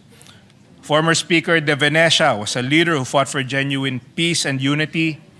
He was an instrumental figure in various international cooperation initiatives and interfaith dialogues. Tito Joe was also a peace envoy who braved the lines of conflict and fostered discord, and that led to a final peace agreement in 1995, ensuring that all of us Filipinos lived in a country that is united. To the family of Speaker De Venecia, especially to his wife, Representative Gina De Venecia, Tita Gina, and the bereaved family, we extend our deepest sympathies. The Senate shares your sorrow in remembering a life well lived and a public service well delivered by the late Speaker. I also wish to pay respects to the people of Pangasinan, his beloved constituents, whose lives he championed with grit, determination, and integrity. I also wish that, Mr. President, as we adopt this resolution today, let us move forward in unison, carrying the legacy of people-centered service, just as Tito Joe had.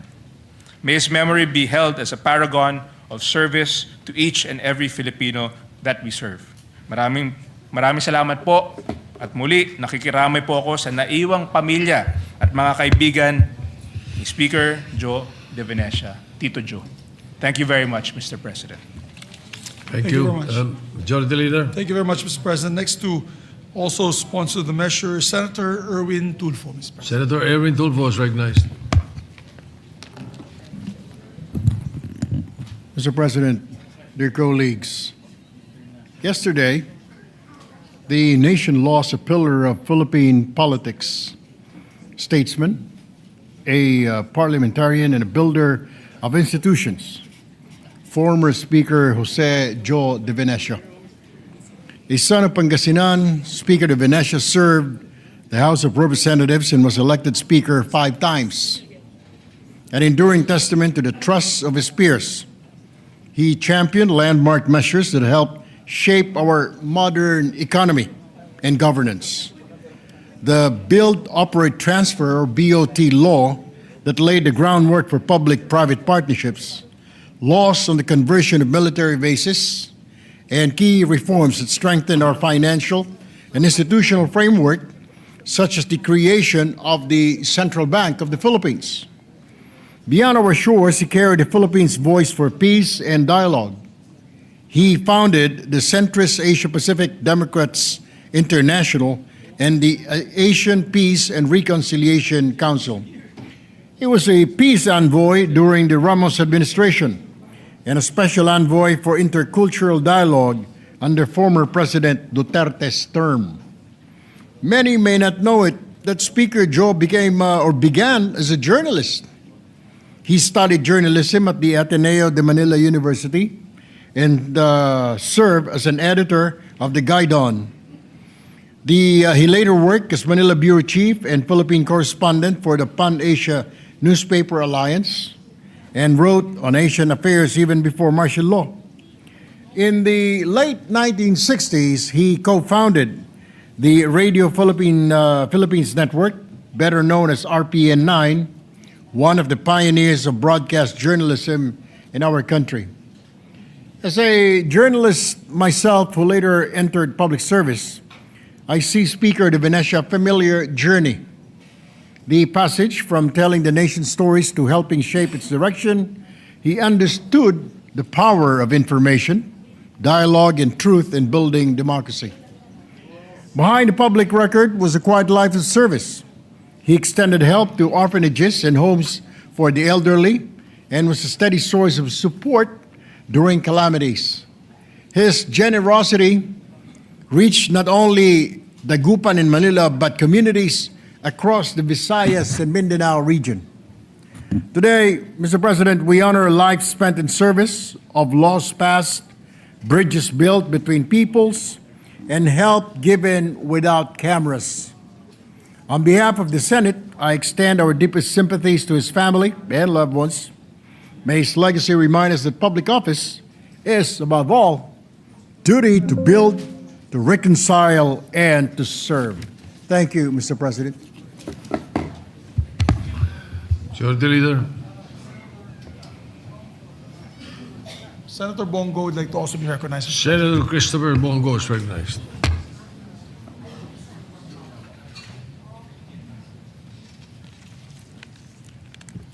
Mr. President, esteemed colleagues, I rise with deep respect to co-sponsor the Senate resolution honoring the life and legacy of former House Speaker Jose de Venecia. I extend my heartfelt sympathy and deepest condolences to his family, loved ones, and friends, lalo na po kay Congresswoman Manay Gina de Venecia, sa aking kaibigan na si Congressman Tof de Venecia, at sa mga anak nito at buong pamilya ng de Venecia. Kaibigan ko po yung mga pamangkin niya way back high school. Former Speaker de Venecia devoted decades of his life to public service, leaving an indelible mark on our nation's political and legislative history. He was a statesman whose name has become known for public service, sound leadership, and unwavering dedication to the Filipino people. Wala pa po ako sa politika, pero ang naalala ko parati pag speaker ay si Speaker de Venecia ang parati nating naririnig. From his early days in public service to his tenure as Speaker of the House, he consistently championed the interests and welfare of the Filipino people. Under his leadership, the House of Representatives was not merely a legislative body, but a beacon of hope and an avenue for progressive change. He served as a special envoy for intercultural dialogue of the DFA during the administration of former President Rodrigo Duterte. Former House Speaker de Venecia served as the founding chairman of the International Conference of Asian Political Parties. During his career, he became instrumental in securing a peace agreement with the MNLF, Moro National Liberation Front in southern Philippines. Mr. President, former Speaker de Venecia was a tireless peacemaker, and his work resulted to various peace agreements and amnesty programs. Aside from being a 5-term Speaker at the House of Representatives, former Speaker de Venecia has been for years a trailblazer for the Filipino people, Asia, and the world. His contributions extended far beyond the confines of our legislative halls. On the international stage, he was a respected diplomat and a visionary leader who understood the importance of building bridges between nations. Parati niya pong binabanggit noon, nung nagkakausap kami, ay ito pong bilang founding chairman po ng International Conference of Asian Political Parties. As we honor the life and legacy of former Speaker de Venecia, let us always remember and be guided by his legacy, a legacy of hope, perseverance, and an unyielding commitment to the welfare of all Filipinos. Thank you, Mr. President, at paalam po, Speaker Jose de Venecia. Majority Leader. Thank you very much, Mr. President. Mr. President, may you also recognize Senator Risa Ontiveros to sponsor Senator the motion. Risa Ontiveros, recognized. Pwede yun, no? Salamat po, Mr. President. Una po, taus-pusong pakikiramay kina Representative Manay Gina de Venecia at sa ating kapwa Arts and Culture Advocate Tof de Venecia. Kasama na po ang mga panalangin at mahigpit na yakap sa kanilang pamilya. Mr. President, we honor the legacy of former Speaker Jose de Venecia Jr., a visionary who understood that good governance is inseparable from the well-being of our people. Through our shared work in the Philippine Legislators Committee on Population and Development, PLCPD, we champion the future where every Filipino family is empowered through reproductive health rights, gender equality, and the protection of children. Speaker JDV's commitment to institutional reform reminds us that true leadership lies in crafting policies that uplift the most vulnerable and ensure a sustainable, dignified life for all. It was during his term, one of his terms as Speaker, that the Cheaper Medicines Act was shepherded through the House, a piece of legislation that remains one of the most vital shields for our people against the high costs of falling ill. He understood that to truly empower the Filipino, we must first break the monopolies that keep life-saving drugs a luxury. Mr. President, Speaker JDV's Rainbow Coalition was more than just a political maneuver. It was a testament to his belief that unity is the primary engine of progress. Whether from the same side of or from across the political aisle, one could not help but admire the sheer force of will he applied to the service of the Filipino people. Mr. President, minsan ko na pong ikunento ito dito sa Senado na nung tumatakbo po ako para sa re-election noong 2022, muli po akong bumisita kina Speaker JDV sa kanilang bahay sa Dagupan. Dahil kahit alam ni Speaker na hindi po ako sumusugal ng pera, bagamat sumusugal sa ibang mga bagay, sabi po niya sa akin noon, Risa, huwag ka nang magkampanya, sigurado ka nang mariri-elect. Sinagot ko sila noon, Speaker, hindi po ako naniniwala dyan. Wala pong sigurado, kaya puspusan po akong nangangampanya. Ang sagot naman po niya sa akin noon ay, sige, ganito na lang. Pag ikaw natalo, babayaran kita ng 10,000 pesos. Pero kapag ikaw ay nare-elect, ikaw magbabayad sa akin ng 10,000 pesos. Pagkatapos ko pong mare-elect, paulit-ulit kong sinusubukang bayaran yung utang ko sa kanya. Sabi niya, wag na. Ngayon, wala na po akong pagkakataong bayaran yung aking utang sa kanya. Pero, sa mga natitira ko pang taon at dekada ng buhay, babayaran ko po ang utang na loob ko kay Speaker JDV in ways that are worth much more than mere money. Today, Mr. President, through our Senate resolution, we bid farewell to a statesman who taught us that in the grand waltz of democracy, we must always keep dancing and moving forward together. Salamat po, Mr. President. Thank you, Senator De Veros. Majority Leader. Thank you very much, Mr. President. Mr. President, we'd like to also put on record that we'd like to, these following distinguished colleagues of ours, Senator Padilla, Senator Camille Villar, Senator Pia Cayetano, and Senator Kiko Pangilinan would like to insert to the record their co-sponsorship speeches of the measure, Mr. President, for the record. Therefore, we so inserted all the enumerated members of the Senate. Mr. President, before we act on the matter, I'd like to also move that all members be made co-author and co-sponsor of this measure, Mr. President. The motion is approved. All members are made co-authors. Mr. President, just my final say on the matter. A lot of us gave our private personal insights. Senator Risa has hers. I have had several.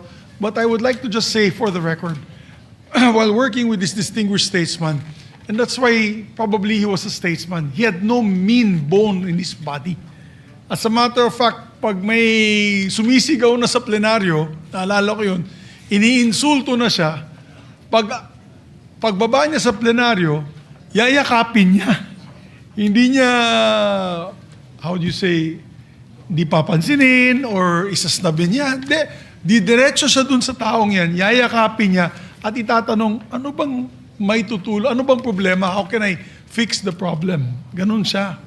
And I think, to a certain extent, he was one of the last few statesmen that we had left. Of course, we had Senator Juan Ponce Enrile, who passed away recently. We've had Senator Ed Angara, the likes of Senator Ed Angara, Senator Joko Arroyo, and now we have lost Senator Joe De Venecia to the annals of history with his death, Mr. President. But on a personal note, working with him was a pleasure because if there was a problem that we took to him to solve, he would call all of us party leaders and discuss it. And when some of the party leaders would say, gibain natin, pahirapan natin, wag natin bigyan ng pansin o yung mga batas o yung mga bills niya, wag natin ipapasa. He would always object and say, wag naman. He'd always say that, wag naman. Kausapin natin siya. Let's do what we can to help appease the situation. Ganun siya, hindi siya vindictive na tao. And that's what I will miss about him.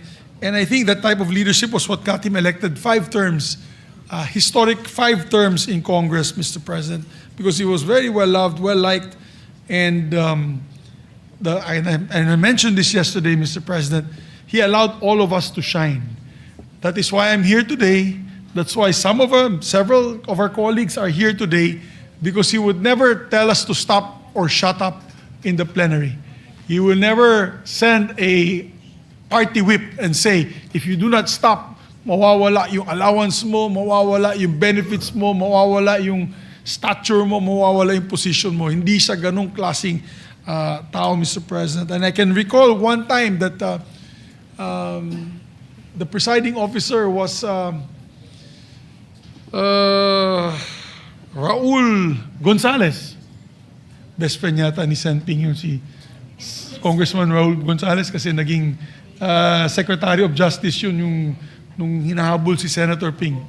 Oh, siya ikaw, best friend niya. Tama. I remember clearly, Mr. President, at that time, the Vice Chairman of the Committee on Appropriations was then from Iloilo. Congressman, he passed away already as well. What was the name? No, Iloilo City. Guimaras. No. Iloilo. He was former TESDA. Alam ni Senator Joel. Si Huco. Yes, Congressman si Huco, Mr. President. Kine-question niya yung budget. Siya po ay Vice Chairman ng APRO, which is, you're not allowed to do that in the House. Mortal sin yun kasi you're supposed to help the chairman as Vice Chairman. But he was objecting to the budget. I don't know for what reason. I can clearly recall Senator De Venecia, as Congressman De Venecia or Speaker De Venecia coming to me and saying, kausapin mo si Congressman Bubuy. Sen Mix, ako, si Barbers, kinausap namin, ayaw talaga mag-budge. Instead of getting angry, he sent us one more time to talk to him, and he even approached him, but he did not budge si Congressman Siuko. That was the only time that Congressman, Presiding Officer, Deputy Speaker Raul Gonzalez, on the podium declared Congressman Siuko was out of order and had him bodily removed because he would not allow the vote. Yeah, I remember that. He would not allow the vote to take place in the approval of the budget. So he was bodily removed. But he felt bad. Sumama loob ni Congressman Speaker Joe De Venecia because he did not want to have to do that action. For him, it was a drastic action, too drastic. Kaya natuwa naman ako. As I said, he had no mean bone in his body. And after that, I remember that when it was the next day, dinapitan niya si Buboy Siuko na imbis na magalit kay Congressman Buboy Siuko, sinabihan lang niya, "You're such a very naughty guy talaga. Naughty." Ganun lang, naughty. I remember he used to say that. So naughty. So, those were the days, Mr. President. A house that was like that. That we could speak freely and could debate freely on that type of atmosphere. So, Mr. President, with no other members who wish to sponsor the measure, no amendments, I move that we adopt proposed Senate Resolution number 297, honoring the life of the distinguished 5-time Senate President or 5-time Speaker, Mr. President, sorry. Let me repeat that. Honoring the life and legacy of a 5-time Speaker of the House of Representatives, no other than Jose Joe De Venecia Jr. I so move, Mr. President. Any objection? There is none. PS Resolution 297 is hereby adopted and approved. Thank you very much, Mr. President. And Mr. President, with your permission, could we give this? He will be having a eulogy in the House of Representatives on Monday. I'm sure you're invited, Mr. President, and several senators. Maybe we can take the resolution and give it to the family. I'll be there, Mr. President. If you Yes, I'm wish, sure the majority leader will be a very I could represent you, very Mr. good President. representative of the Senate to deliver Thank you, the resolution. And we'll, of course, turn it over to the family. Thank you, Mr. President. Mr. President, we'd like to consider Senate Bill number 1508 under Committee Report number 12. Mr. President, with the permission of the body, this is the act authorizing the Department of Health to set and approve the bed capacity and service capability of all DOH hospitals, Mr. President. Any objection? Hearing none, consideration of 1508 is in order. Mr. President, I move that we recognize the sponsor, Senator Risa Ontiveros, and to interpolate, we have our distinguished colleague, Senator Win Gatchalian. Senator Risa Ontiveros is recognized. Senator Sherwin Gatchalian is recognized to interpolate. Thank you. Thank you. Salamat po. Thank you, Mr. President. Thank you, Majority Leader. And will the gentle lady, Her Honor, accept a few questions on the proposed measure? Definitely, Mr. President. First and foremost, on the onset, let me commend Her Honor for coming up with a bill that will lay out the long-term plan for our hospital capacities. And I say this because during the budget deliberations, I had the experience of analyzing the healthcare system of the country, including the different mechanisms to help our constituents avail of hospitalization, medical assistance, and other health requirements. And I remember when we were talking about the mechanisms, most especially the medical assistance or MAIP in particular, when we were analyzing MAIP and also looking at the logic why we still need MAIP, one of the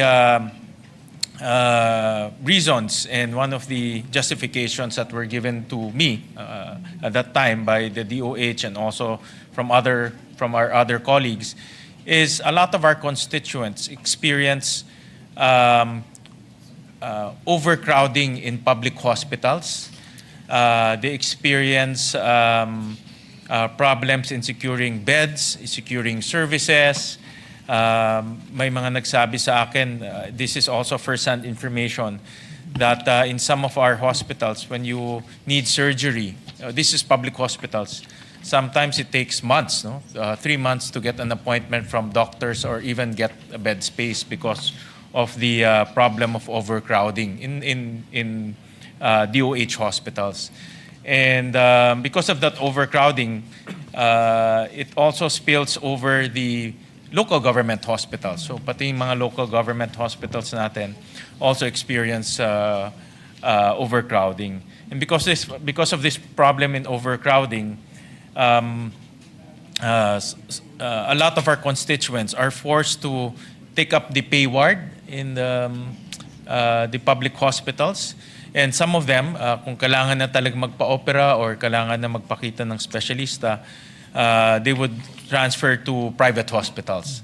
And because of that transfer to private hospitals, many of our constituents would go to politicians, to go to people who have access to the guarantee letters, because the guarantee letters become the parang pangpuno o pangbayad doon sa private hospitals and also to pay wards.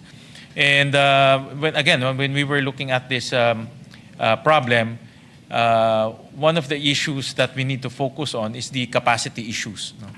Because if we have the capacity in our government hospitals, then our constituents will not be forced to go to pay wards or to private hospitals, and therefore we will have less requirement for medical assistance or the MAIP. So that's why my view on the healthcare system, we have to look at it from a larger standpoint, from a macro standpoint, because it's a system. Kasama na ho dyan yung hospital beds, kasama na dyan yung payment mechanisms, kasama na dyan yung services that we can offer our constituents. So it's a system. Once one of the facets will be problematic, the entire system will also be problematic. It will actually have a chain reaction. So, having said that, If I may, Mr. Yes, go President, ahead. good Yep. gentleman, just comment to the initial comments of the good gentleman from Valenzuela. Maraming salamat po dun sa approach din na systemic at saka macro. Yun din yung how this bill is seeking to approach the question of bed capacity and service capacity in our hospitals. There is actually already a framework, currently the Philippine Health Facility Development Plan, at sinusubukan din itong bill na ito i-situate yung particular concern of bed capacity within that PHFDP or Philippine Health Facility Development Plan. Secondly, Mr. President, tamang-tama po yung pinoint out ng good gentleman from Valenzuela na overcrowded talaga. Just talking about the DOH hospitals, grabe po yung bed occupancy rates. They are all over 100%. Dun pa lang sa taong 2025, our level 1 DOH hospitals were at 173% capacity. Wow, taas, Opo, mataas talaga, halos doble na. Level 2 DOH hospitals, 100.58% capacity. So over din. And level 3 hospitals din ng DOH, 106% capacity. So lahat nung tatlong levels na yon ng health facilities over. And last but not the least, at this point, Mr. President, dun sa opening comments ng good gentleman from Valenzuela, bed capacity in particular is impacted by this overcrowding sa mga DOH hospitals. Dahil sa ngayon, ang total bed capacity ng DOH hospitals sa Pilipinas ay at 31,642. That is already what we actually need at this point in time, which for 2026 current year, DOH hospital beds planned supply is 35,331. So, dun pa lang sa current year, we are behind by about 4,000 beds, Mr. President. At kung hindi po natin aaksyonan ito through a law on bed capacity na contextualized dun sa Philippine Health Facility Development Plan, by year 2040, kapag hindi natugunan at naaksyonan, yung ating bed capacity gap will rise from the current 114,251 to 188,943 beds, Mr. President. So dagdag kulang na 70,000 beds, Mr. President, by year 2040. Yeah, actually, yun yung mga tatanong ko, yung mga basic data, Mr. President. For now, parang nakikita ko the same story to with classrooms, Mr. President. Actually po, Mr. Over the years, President. because hindi nakakapaggawa ang DPWH, kasi DepEd in budget, but DPWH yung nagko-construct, nagpatong-patong na yung kulang natin. And currently, we are backlogged with classrooms, about 140,000 classrooms. So, and that will translate to almost 200 billion in terms of, 400 billion in terms of addressing the backlog. So backlog pa lang 400 billion na yung kailangan natin. Parang nakikita ko the same story with hospitals. No? So kumbaga, Mr. President, double whammy. Dun pa lang sa two basic Yes, social tama. protection and development indicators ng ating sambayanan. And as for education in the hundreds of billions, we also have the numbers po ng kakailanganin natin to start to close the gap just in terms of hospital beds. Actually, Mr. that's my first President. question, Her Okay. Honor, is ano ba ang backlog natin ngayon in terms of hospital beds as we speak? No? As we speak, Mr. President, ang current backlog is 17,000 po ang unmet as of 2026. as of June 2025, Mr. President, a little more than half a year ago. And then you mentioned 17,000 ang backlog natin. Backlog, opo. And then for 2026, ilan po ang ipapatayo para ma-address po itong backlog? In 2026, In terms of hospital beds? ito po yung targets natin, 2026, 35,331 target beds, which would be an increase from the 5,015 capacity or target beds? Okay, increase for 2026. At yung target beds na yon, increase of 5,015 would cost us, eto na po Mr. President, ang price tag, 32.1 billion pesos, Mr. President. So, if my notes are correct, ang backlog natin as of 2025 is 17,000. Opo. And then we will be constructing 35,000 for 2026. Tama po ba? So, in That's that right, word, Mr. in other words, ko-cover na natin yung 17,000 if ever ma-construct natin this 2026? We would still have a backlog, Mr. President, of about 12,000 kasi ang mai-increase lang as of this year would be 5,015 beds, Okay. Mr. President. Oh, great. So meron pa tayong backlog na 12,000 Opo, Mr. ang kukulangin. Yes. And that backlog of 12,000, how much do we need to fulfill that backlog? How much would we need? More or less lang, more or less. Yung pong sinabing figure din po kanina, ito po, for 2026 to 2028, Congress would need to appropriate a total of 102.81 billion pesos to meet target bed increase, Mr. President. Okay. So kailangan ho natin 102 billion. Opo, Ang over laki the rin. next 2 years. Yeah, over the next year, just to catch up. This is only to catch up, Yes, no? Just to catch up, Mr. President. And then we're not even talking about yung, of course, if our population is growing, obviously the need for hospital beds is also growing. So hindi pa natin pinag-uusapan yung growth. This is only to catch up with our backlog. Based on current population, Mr. President. Mr. President, for honor, how will this bill address the backlog? I understand that it will be now there's the health facility development plan, which is parang roadmap to, no, on Opo, how Mr. to President. address the backlog and necessity. But how do we paano po yung process of addressing the backlog under this proposed measure?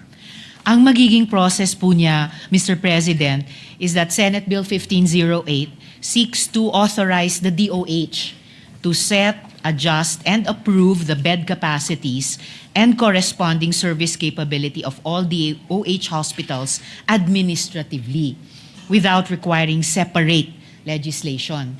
So this effectively would remove legislative bottlenecks that currently delay the expansion and upgrades, thereby improving the health system's efficiency and responsiveness, Mr. President. So in other words, Mr. President, if I understand it correctly, the DOH will now be authorized to look at the capacity issues. Is that correct? And then That's correct, Mr. President. and then propose under a plan Yes. a roadmap on how to finance all of these capacity requirements. Yes, Mr. President.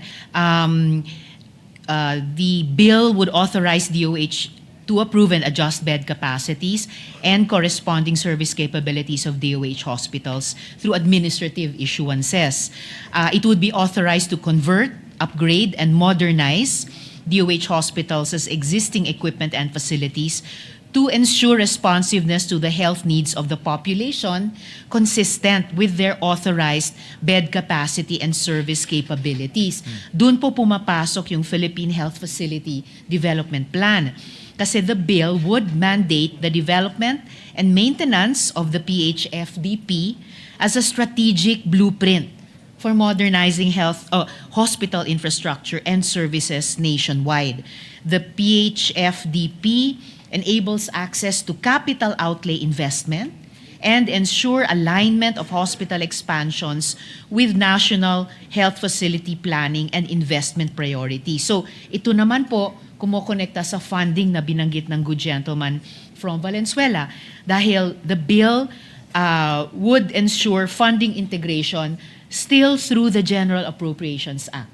The bill would direct adjustments in bed capacity and service capability to be incorporated into the DOH budget planning and inclusion in the GAA. So it would align funding needs with hospital modernization and capacity goals under the PHFDP. Kumbaga, yung isang pwedeng pagtingin natin, Mr. President po, ay the bill would twin yung PHFDP at yung GAA process po natin taon-taon, Mr. President. Mr. President, I understand that at the local level, all DOH hospitals have a management committee. Sa Valenzuela, when I visit the local DOH hospitals, I understand the way they are managed, meron silang executive committee or management committee, and then it's run by a chief of hospital. And I understand that they also have a planning division at the local level. And that's where they usually plan their requirements in terms of hospitals and capacity. Unfortunately, hindi nata-translate yun to budget.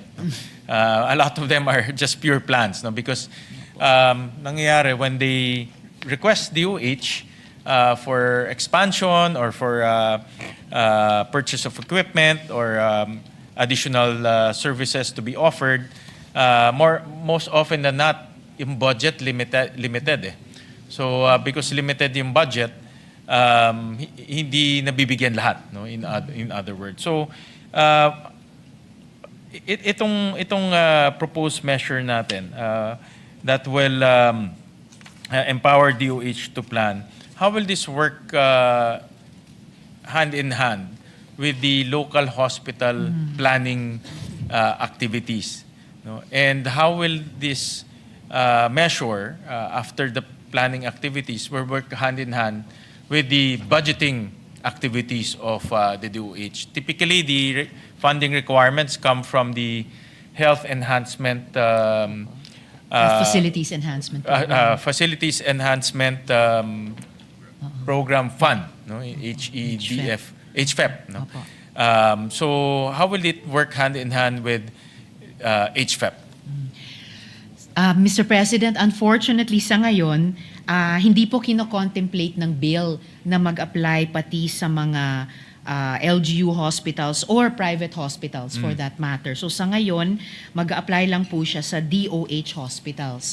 Samantalang yung mga private hospitals at LGU managed hospitals, mananatili po silang governed by existing laws and licensing rules. Right. Mr. President. For yung mga, that's actually another question that, because we're looking at the system, how can this bill also look at the hospital capacities of a locality to include LGU hospitals and to include private hospitals, but most especially LGU hospitals, because nakita ko dito they will in the bill, no, they will analyze the situation at the local level, titignan nila yung mga requirement doon, they will also look at what is the appropriate capacity of the DOH hospital in that locality. Pero sa tingin ko, kailangan din tingnan nila yung buong system ng locality, no? To take into consideration, let's say, the capacity of the LGU hospital, no? Is that a possibility that in this bill to look at the system requirement of a locality? Ako, ang inaano ko lang yung sa Valenzuela, because like in our city, we're yung local hospital tsaka yung DOH hospital namin, sinisynergize para they're not competing, rather they're complementing. For example, in the LGU, we handle the primary care or yung level 1. Tapos yung DOH hospital namin handles level 2 and level 3. So we don't, in a way, we complement each other. No? So they don't invest as much in primary care. Kami naman, we invest in primary care. So is that type of arrangement can be, is that an idea that can be incorporated in this bill, that type of arrangement, so that we can look at local system-wide situations? Mukhang, Mr. President, may mga leksyon na matututunan po tayo in terms of the overall implementation of universal healthcare mula sa lungsod ng Valenzuela. It's not yet, as I mentioned earlier, contemplated in this bill, pero tignan natin kung pwede natin i-consider either maging bahagi nitong bill na ito or a companion measure. Dahil buong policy framework naman ang tinatayo natin bukod sa oversight on the implementation of the universal healthcare law. In relation to that po, Mr. President, I think the important point na binibring up ng good gentleman from Valenzuela ay pwede rin po nating i-take up dun sa Congressional Oversight Committee on the UHC law. Particularly yung hina-highlight nila na dapat complementation between DOH health facilities and LGU plus private health facilities sa kabuoang service delivery network, pati ng bawat lungsod. Sa ngayon po kasi, under the universal healthcare law, there's some kind of integration, at least up to the provincial level. Kaya may eyes on the ground ang DOH, for example, na of our 82 provinces, Mr. President, 36 ay walang DOH hospitals. So, and sigurado kung walang DOH hospital sa 36 provinces, kailangan pa tayong deeper dive. So, ilan ang kulang na bed capacity doon? And then we could also look, are there LGU hospitals in those provinces? May complementarity ba with other health facilities in the absence of a DOH provincial hospital? Or lalo na, kung in those 36 provinces na walang DOH hospitals, kung kulang din yung mga LGU hospitals. So, there are different approaches through which we can look at ano yung gaps sa overall service delivery network for health sa Pilipinas. And I'm willing to explore that, Mr. President, in terms of yung LGU hospitals. Nakita ko lang dito sa Section 4, authority to approve. And then in page 2, line 1, it says here, taking into consideration the hospital's development plan, catchment population. So when you say catchment population, you're talking about yung local scenario or your local demographics. And then meron din dito healthcare provider network. So I was, ang chain of thought ko dito, all of these are related to the available capacities at the local level. No? And when I say available capacity, that includes local government hospitals and also private hospitals. But more so local government because gobyerno rin sila. A lot of our local governments are also practicing zero balance billing. Ngayon, padami na ng padami. And that's why it has to... I'm looking at a government hospital system integration. No? So nakikita ko na there's a potential to look at the local government system, local hospital system at mapasok natin dito so that holistic yung pagtitingin ng capacities. Mr. President, ngayon pa lang aligned na yung line of questioning or line of thought ng good gentleman from Valenzuela dun sa pinag-uusapan natin kaninang Philippine Health Facility Development Plan. Dahil dun po sa plano nila na National Development Plan for all types of health facilities to achieve UHC. Kaya pwede nga nating tignan yon dun sa Congressional Oversight Committee. Diyan sa PHFDP, under public sector, meron talaga siyang category of LGU-owned, including primary care facilities at saka LGU hospitals. Na dun sa kabuang PHFDP, pasok siya sa Provincial Health Facility Development Plan at local investment plan for Okay. health, Mr. Okay. President. So ano talaga under this PHFDP, Opo. the local government capacities will also be taken into consideration. Yes, Mr. President. But of course, in terms of investment and funding, iba naman, I would assume, iba yung approach because local government hospitals will have local governments funding the capacities, and obviously national funding will go to the DOH hospitals. No? Yeah, but in terms of system, Yes. napag-aaralan yung system. Yeah. Opo, Mr. President.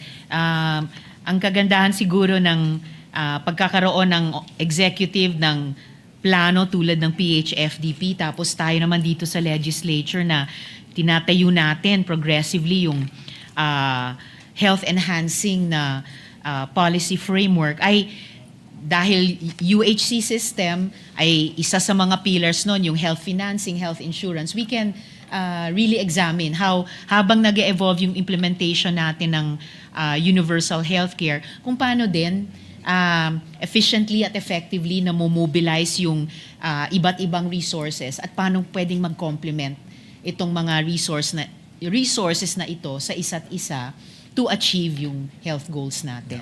So is it Mr. correct to President. say, Her Honor, that with this bill under Section 5, yung Philippine Health Facilities Development Plan, we will now have a concrete roadmap, including budgetary requirements, take into consideration the system requirements. Magkakaroon tayo ng roadmap in terms of funding. Yes, Mr. President, kasama na po yun. Yeah. And then, meron na bang preliminary assessment ang DOH in terms of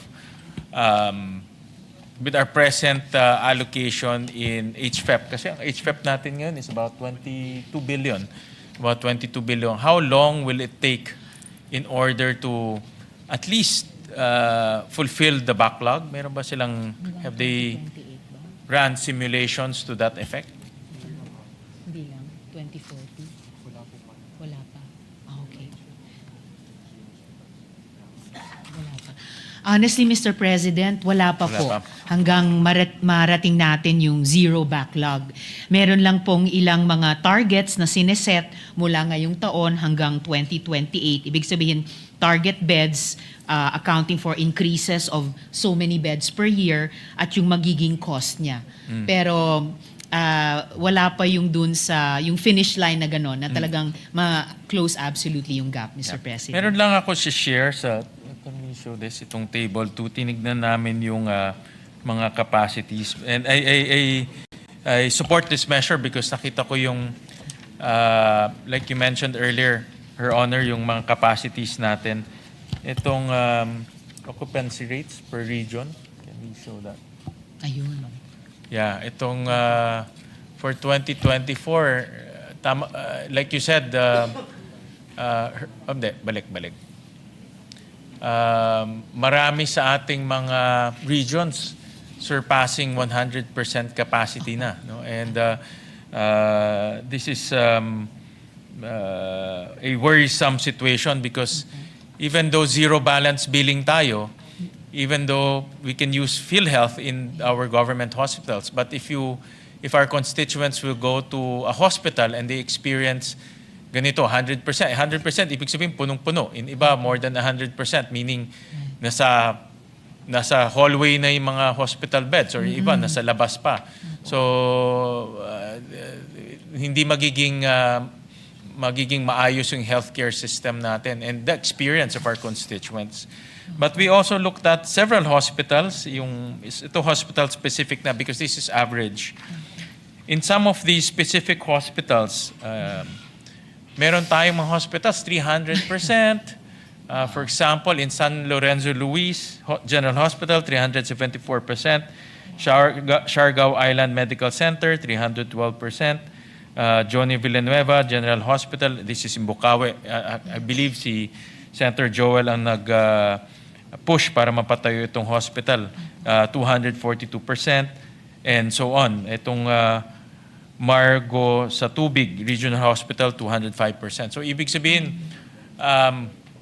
talagang twice the capacity na Or experience thrice. or thrice Opo, Mr. experience ng ating constituents. And like I said, even though we have zero balance billing, we have PhilHealth, but if there are no beds, then there's no service. No? That's why I see the importance of this bill and the importance of putting a roadmap and a plan in order to finance the requirements of our hospitals. So with that, Mr. President, again, I commend the gentle lady from Iloilo, Her Honor, for putting this innovative bill to the floor so that we can discuss this. And I look forward in enacting this bill so that it will be complementary to our discussions when we talk about the budget once again towards the end of the year. Importante may roadmap para hindi lang palakasan or hindi lang nagiging kung sino ang may access sa funding, kundi meron tayong roadmap and it's based on development plans, catchment population, healthcare provider networks, available of human resources. So meron siyang criteria on how to lay down the plan. So thank you very much. Thank you so much, Mr. President, and to the good gentleman from Valenzuela.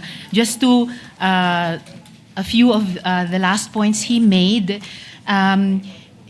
dun sa pinakitang mga regions, they account for 43 hospitals with over 100% capacity. Opo. So kung wala po tayong Philippine Health Facility Development Plan, kung hindi natin i-contextualize yung ganitong bill sa FDP, we would need 43 bills para lang ibaba yung occupancy rate from over 100% to below 100% through increasing bed capacity by legislation.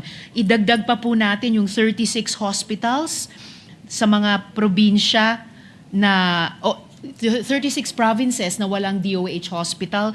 Kung kailangan nating punuin yung gap na yon through legislation, we would need to act on a total of 79 bills.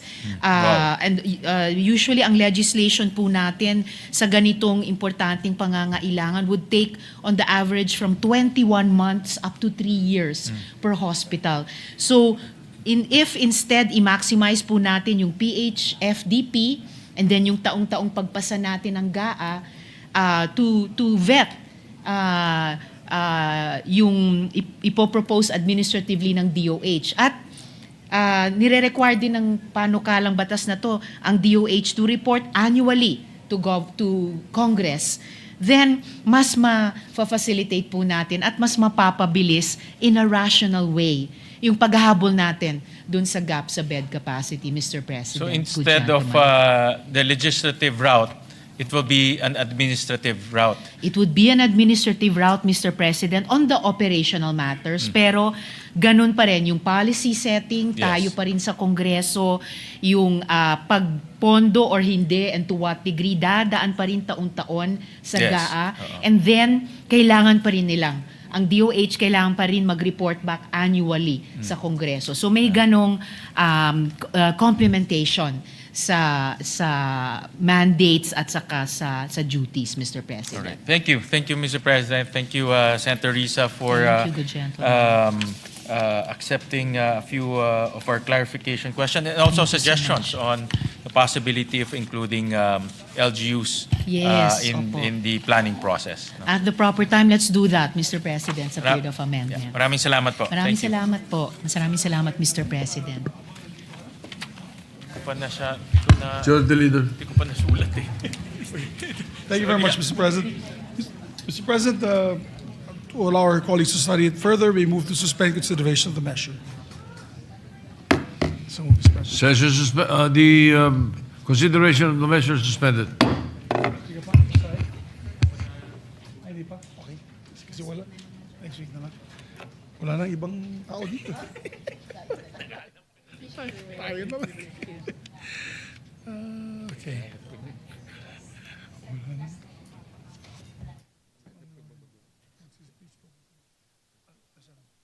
Si Ma'am Lauren, Mr. President. Yes. Deliver na. Wala tayong... Or else we'll adjourn. Is it important? If it's important, we can do it. It's on the economy. Yes, it was pending since last week. You have the floor. I'll give you the floor. Sure.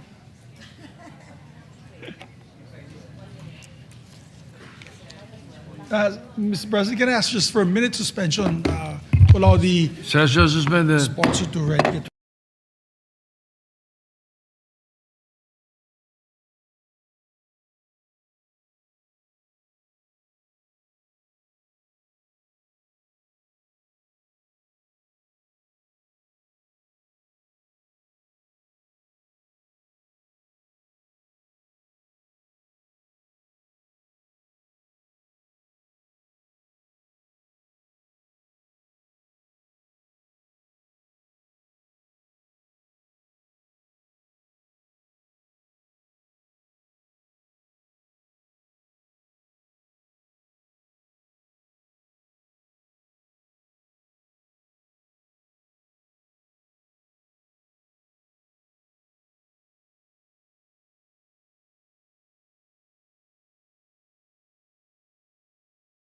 Mr. President, I move that we recognize our distinguished colleague, Senator Lauren Legarda, to avail of the privilege hour, Mr. President. Senator Lonnie Legarda is recognized.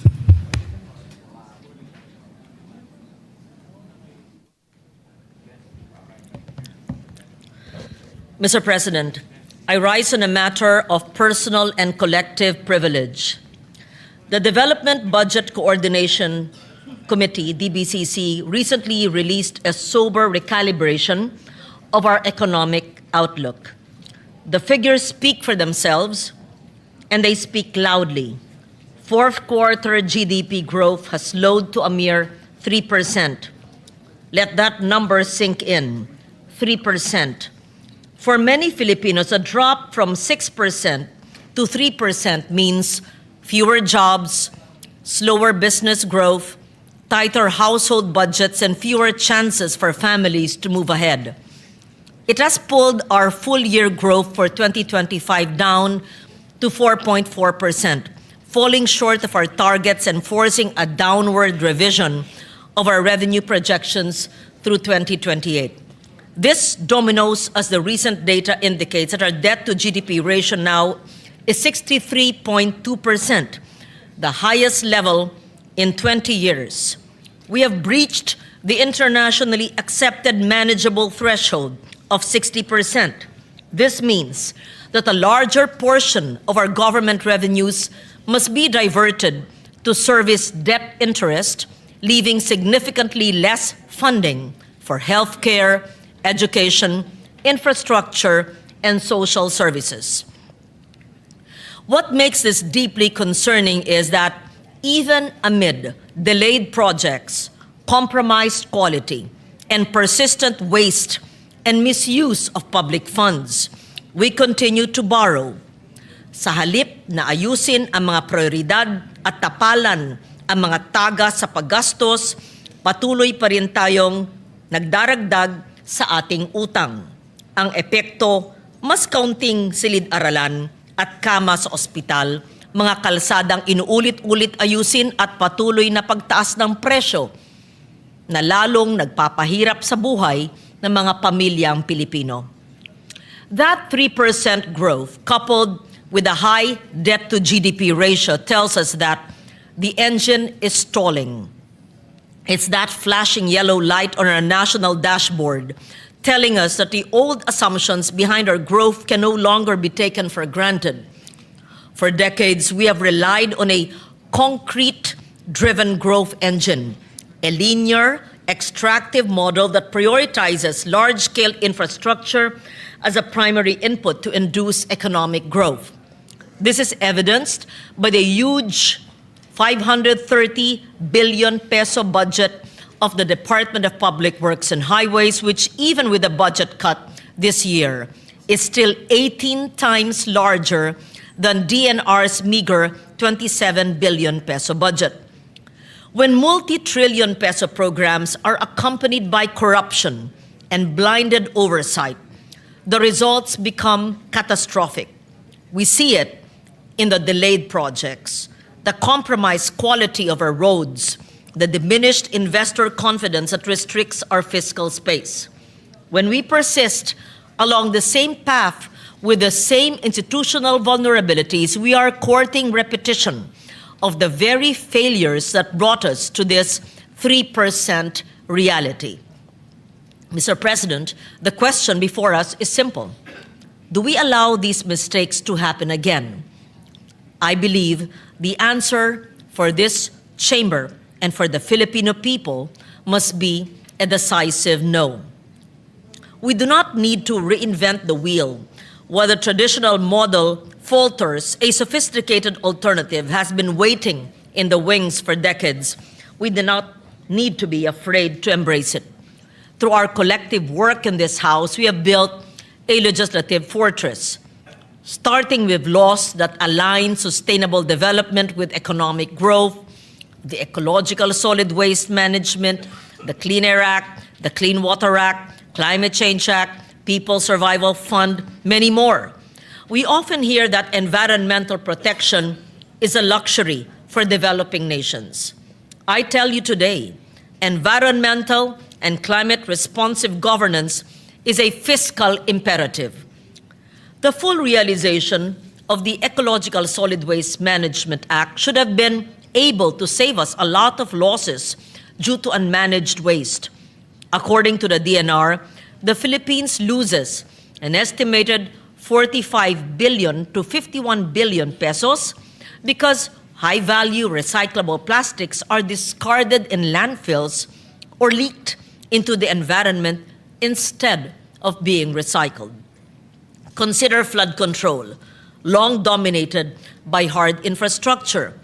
Under these existing laws, planning shall be integrated with ecosystem-based approaches that restore rivers, wetlands, and mangroves while reducing long-term maintenance costs and exposure to corruption-prone procurement.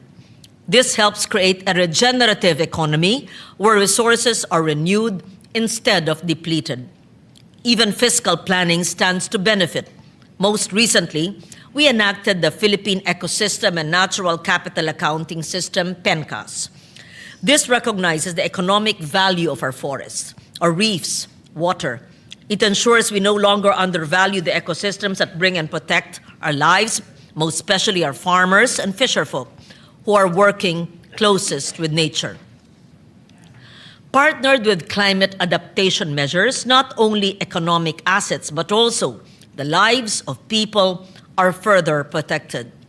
By integrating climate adaptation and disaster risk reduction into the core of our national economic policy, we move beyond treating environmental action as optional and instead recognize it as central to sound governance and long-term stability. By transitioning from a reactive post-disaster recovery model to a proactive resilience framework, the government can effectively protect the country's gross domestic product from the cyclical erosion caused by natural calamities. And this is the very reason why we champion the People's Survival Fund, the nation's climate adaptation fund that supports the most vulnerable segments of our nation and drives them towards resilience. But resilience and sustainability are not built on infrastructure and ecosystems alone. They are equally built on people. The same logic that tells us to climate-proof our bridges and coastlines must also compel us to climate-proof our classrooms, communities, and livelihoods. When disasters strike or global markets shift, it is the quality of our human capital that determines whether families can recover and move forward.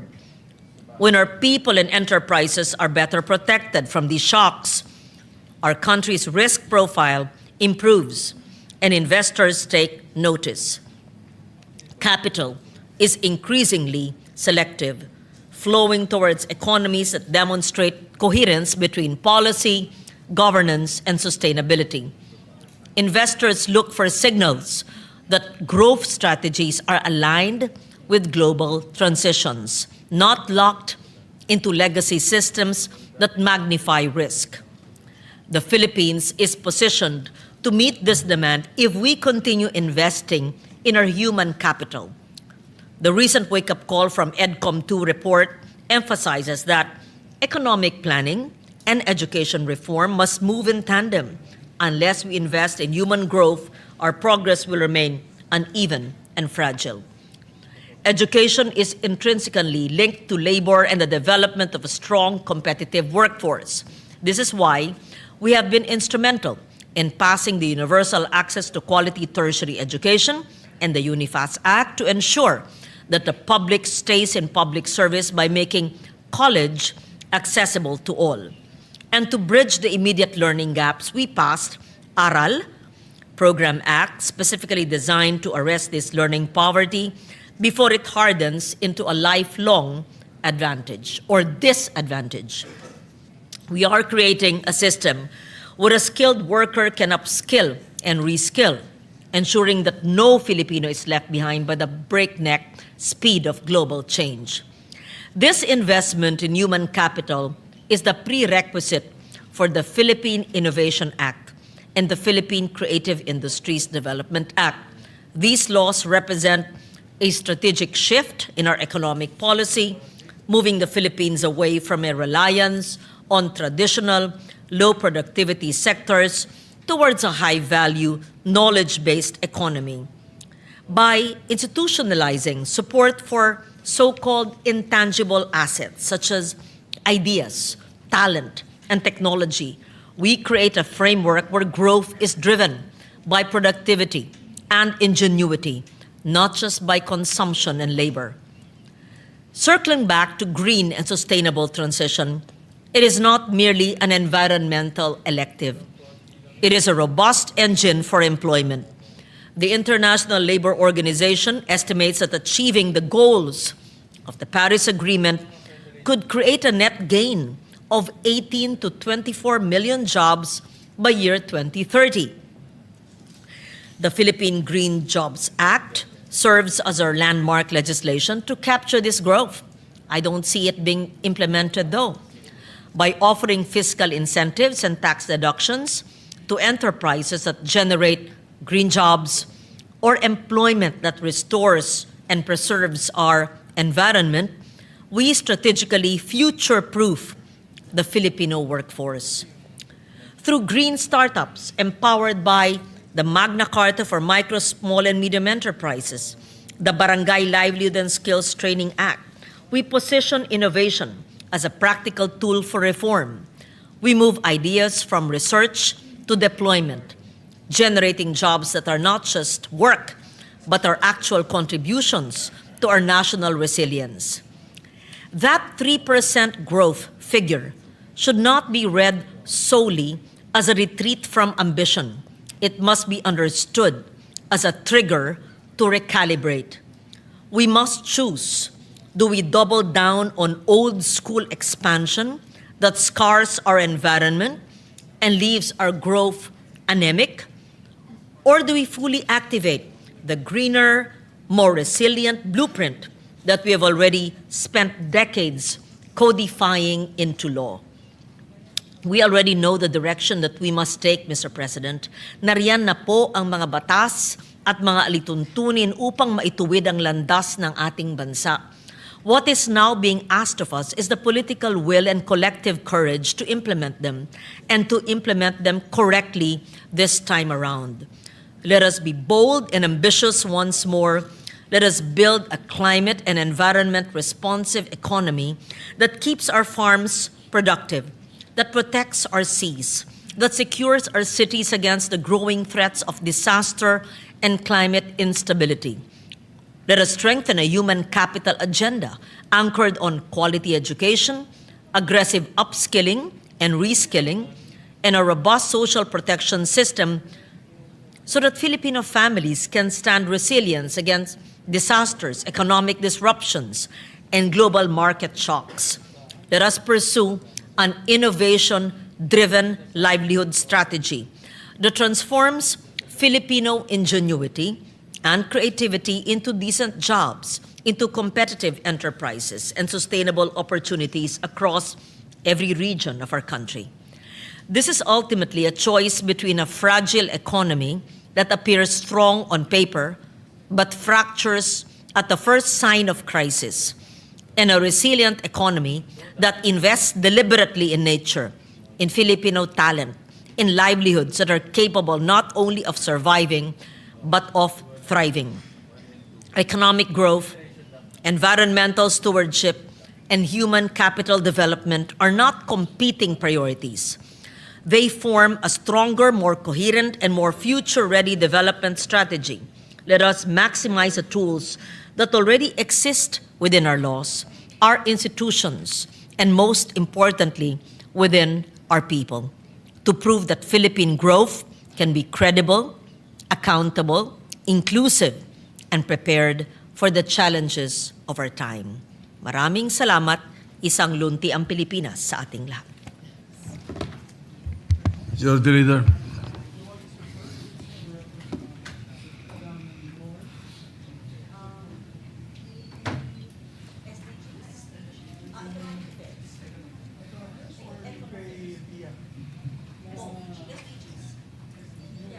Sustainable.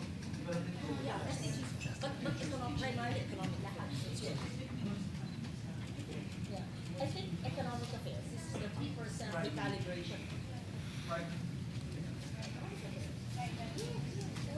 It's not a matter of personal, whoever, but bagay economic affairs. Thank you, Mr. President.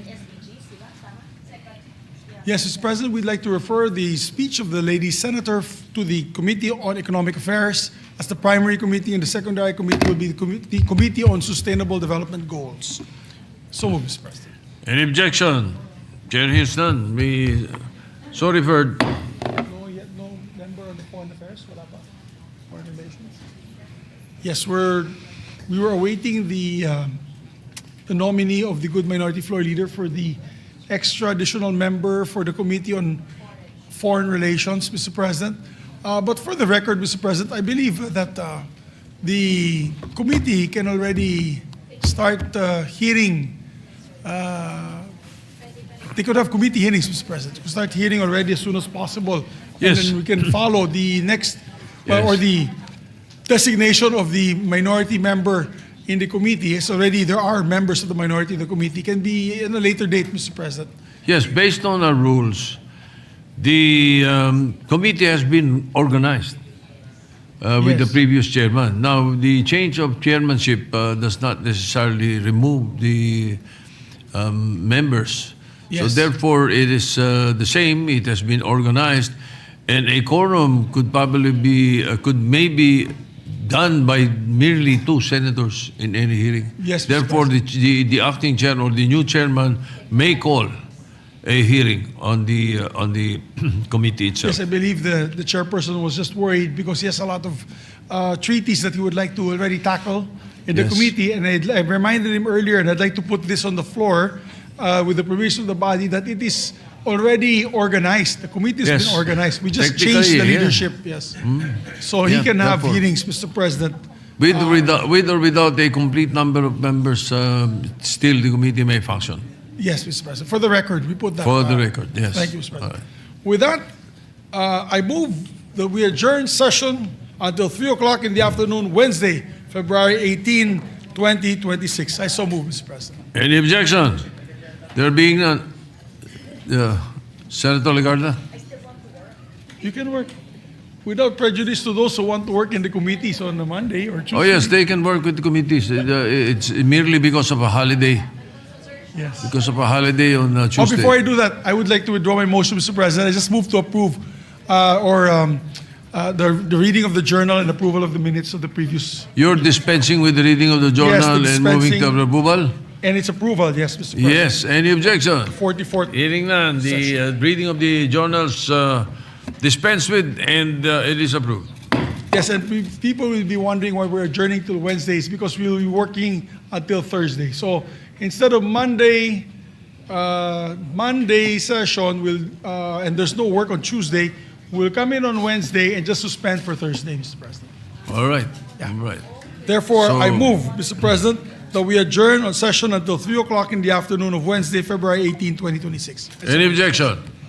Hearing none, the session is adjourned until 3 o'clock in the afternoon of Wednesday, February 18, 2026. Advance Happy Valentine's, Mr. President.